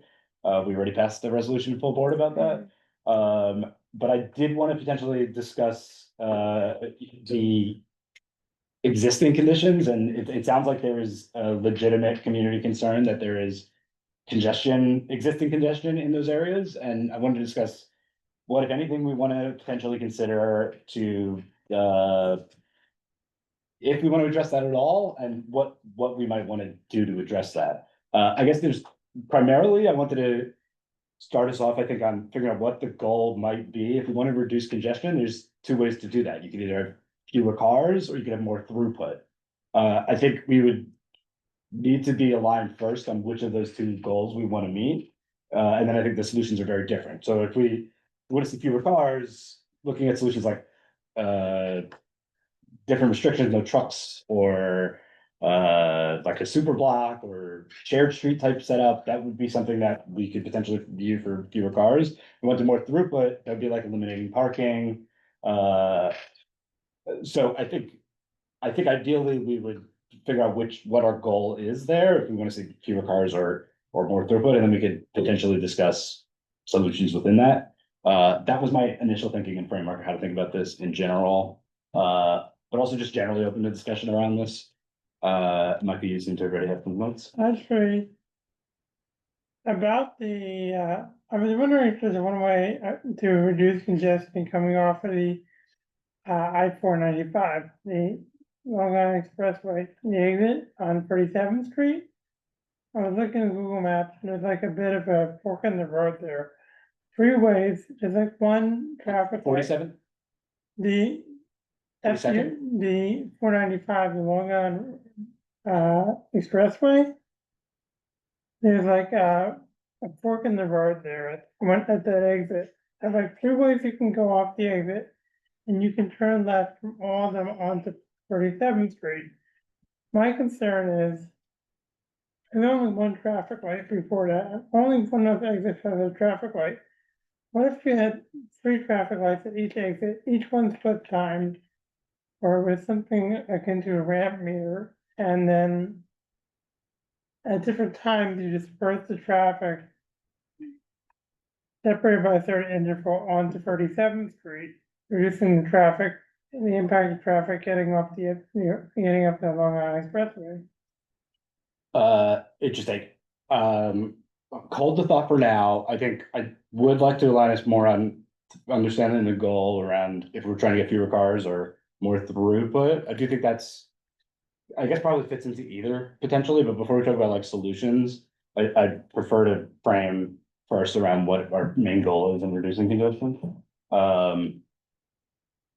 Do we have thoughts on that framework or generally? Yeah, I mean, I totally agree with that framework. People say they want less traffic. We often don't know if they mean we want more throughput or we want less cars. And personally, I would like to see less cars. Murray Hill is a highway between New Jersey and Long Island.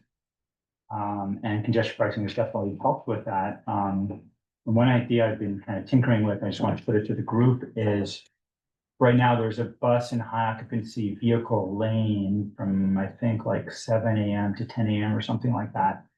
And to make that 24/7, a high occupancy and bus lane in the Midtown Tunnel, maybe meeting with our counterparts in Queens, 24/7, it would at least be more efficient. People would be carpooling in or taking the bus in, those people would get an HOV lane 24/7. And so that falls under the fewer cars theme. Yes. Got it. Michael, What about having there be certain hours on the street? Or like, what about designating times on the street where where certain portions of it are designated as a shared street? I know with the, you go to Union Square and you see something similar to that, the shared street in Union Square. like you have near Union Square on the west side of the park, you have an area that's designated as a shared street, meaning that it can be used. They have a sidewalk, but it's shared by, slower driving cars and pedestrians and bicyclists. Yeah, so that would be, I think, yeah, also along the fewer cars theme. Yeah, I think something like that would be potentially one of the solutions there. I also think that fewer cars, I would see as the goal. Do we have other thoughts? Does anybody think it should be more throughput? No. Fewer No. cars. I think it should be fewer cars, but I also would want to like encourage the people who do live in this area that fewer cars doesn't necessarily mean like there are fewer cars. Like I do understand that there are residents that live in the neighborhood. I think mostly what we would be trying to target is fewer cars that are just passing through between Long Correct. Island and New Jersey. Yeah. Rockland. Yes, thank you for clarifying that. But yes, that was, yeah, my intention, yeah, fewer cars traveling, yeah, through the, The Midtown. area, yeah. Okay, so if we're aligned on fewer cars, yeah, I think there's a number of solutions that we could be potentially looking at here. We could also just pass a so we could talk about specifics. We could also just ask DOT to conduct this study to help reduce congestion on these streets by finding ways to reduce the amount of traffic traveling through or reducing the amount, eliminating, I don't know, I guess we'd have to potentially workshop that, exactly what would be asked for, Larry. I think that, in connection with the sensor devices that have been, installed to monitor the, progress of congestion pricing, comparing it to the period before, we might, access some data that help us, to further this discussion. So maybe we can make a request of DOT, to provide us what we have now, some 7 months in, and then maybe a year in to compare to the prior condition. And we can see if there are any trends that will give us maybe some answers. Are you asking for a highly specified data point? Cause I think they've been doing monthly reports. I don't think they've been giving us cars in and cars out. No, that's Did what I'm they? saying. It's not hyper. No, and again, we're focused not on the overall network, but those readings that relate to this cross Manhattan corridor. But they've also been doing like localized reporting as well, but it is more like trends based. It's not like specific numbers. That's why I was asking if you wanted. So, are you suggesting that there isn't a need for additional interventions potentially because of congestion pricing? That like you're saying congestion pricing may have already reduced a lot of traffic? No, but if it has, and there's a causation that can be detected, then we can identify that. Otherwise, it may well be that the opposite is true, and that is, while there might have been a temporary reduction in traffic, people have absorbed the $9 as a cost of doing business, and a cost of life. And they'll pay it, and they won't alter their behavior until the money. Okay, so, yeah. Say, until they go back to $15, which was the original number. Right, so that's one of the options would be increasing the congestion price. That might be a conclusion we reach, Right, but if we see what the trends are, we can base whatever our recommendation is on, the reality. Yep, Brendan? So I just wanted to call the committee's attention to the fact that we already have a budget request for like asking DOT to perform a study of traffic in the area of the Queens Midtown Tunnel. And the reason I want to draw the committee's attention to this is depending on which direction you all want to go in. One of those directions may be further, you know, making edits, making changes to this particular budget request. Excuse me, Brendan, Yeah, you just add the word ongoing. As an ongoing study, because we're looking to capture trends. Instead of comprehensive, you're suggesting? Oh, sorry, I see. like an ongoing study, ongoing. Yeah, to capture trends. I think that's fine. It came up last year too, and the part that confused me is it says entrance area. And I live off the tunnel exit street, so, Yeah, so What is just say the- entrance and exit. okay, yeah. Yeah, that would be another good It all- modification. Or how about just area? Yeah, maybe just the Queens Midtown Tunnel area. No, I'd say no, because they're discrete, the entrance and the No, exit. I agree. The area could be like all of Midtown. Okay, Areas, how does the exit start getting? areas plural. Okay, so some combination of in the interest of time, I think if we're aligned on the objective of potentially trying to figure out how we can get fewer cars or reduce congestion, I think we put this on a future agenda, which may or may not be next month. We'll figure that out. And we either have further discussion or maybe a draft resolution, with some proposals about how we get there. There might be a need for like a working group to help with that. I have a feeling that on the anniversary, there'll be a lot of data released, maybe by the MTA. And maybe that would be a time to schedule it again, so that we could take a look at that and discuss it further. Because we'll have, well, maybe have an adequate data set. But that would be in January though, right? Yeah, Yeah, I think we should start looking at it in the fall, like as a good gesture. yeah, thank you for that specifically. Yeah, I think that's sort of the intention here is that there's concerns about traffic in general here. There's concern that that'll be exacerbated by the busway. And I think. Oh, I these are see, legitimate no, concerns. I see where you're getting it, what's driving, okay. Yeah, yeah, we want to address those. Okay, I just completely said that, okay, we're getting it the busway, and that'll also be another set of data. And we can see if it works. Also true, yes. But no, I do think there's a need for us to address this in some way in the shorter term, just given the community feedback. Okay, so we'll regroup on this. I will take some offline actions, but we're supportive in general of addressing this. I think is sort of the main question I wanted to put to the committee, that like we recognize this is a problem. We want to work to find some solutions. Or transportation committee. Well, we could say that we're not concerned about it and we don't want to do anything about it, but okay, great. Okay, so more to come on this then in the future. Let's move with the agenda. Since Colleen is here, I would just ask, I don't want, for the interest of time, I think maybe we could just ask about the status of Third Avenue. But I'll ask everybody else to hold other questions unless there's anything really, really, really important. Hey, so good news with Third Avenue. We're working with our roadway division about milling and paving of some segments. So implementation will likely begin at the end of September, first week in October. So I'm getting ready to send you guys out the What's Happening Here flyer to Wonderful. distribute. Yeah, so we're moving on that. We're making progress.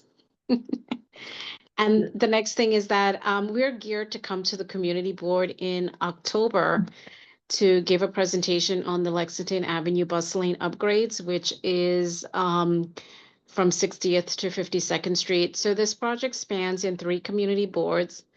It's CB5, CB6, and CB8, which has a small portion of it. So we will be attending your October 6th meeting to give a presentation on that. So that's pretty much all I have in terms of update. Excellent. Unless there's anything really, really important, I don't want to open this up to. Can I ask just to follow up On what? Third Avenue? No. I'm sorry, Larry, what avenue? No, I really, it's 9:15. How much of the Third Avenue corridor do you figure to get done by winter?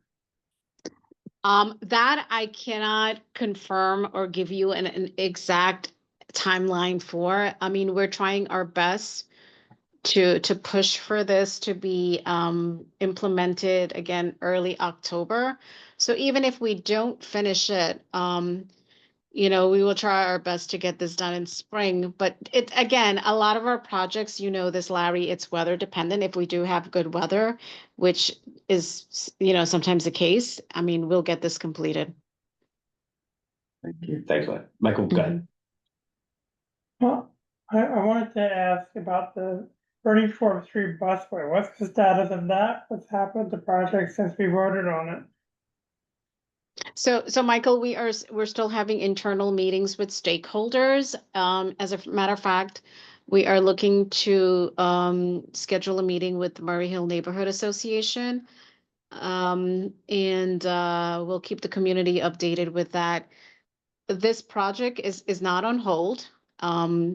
So we do plan to move forward with it. And again, we will update the community boards 4, 5, and 6. Thanks, Ed. Mhm. All right, moving on then to chair's report. I'm going to waive my report. And then we'll go on to old or new business. Does anybody have any old or new business? Jerry?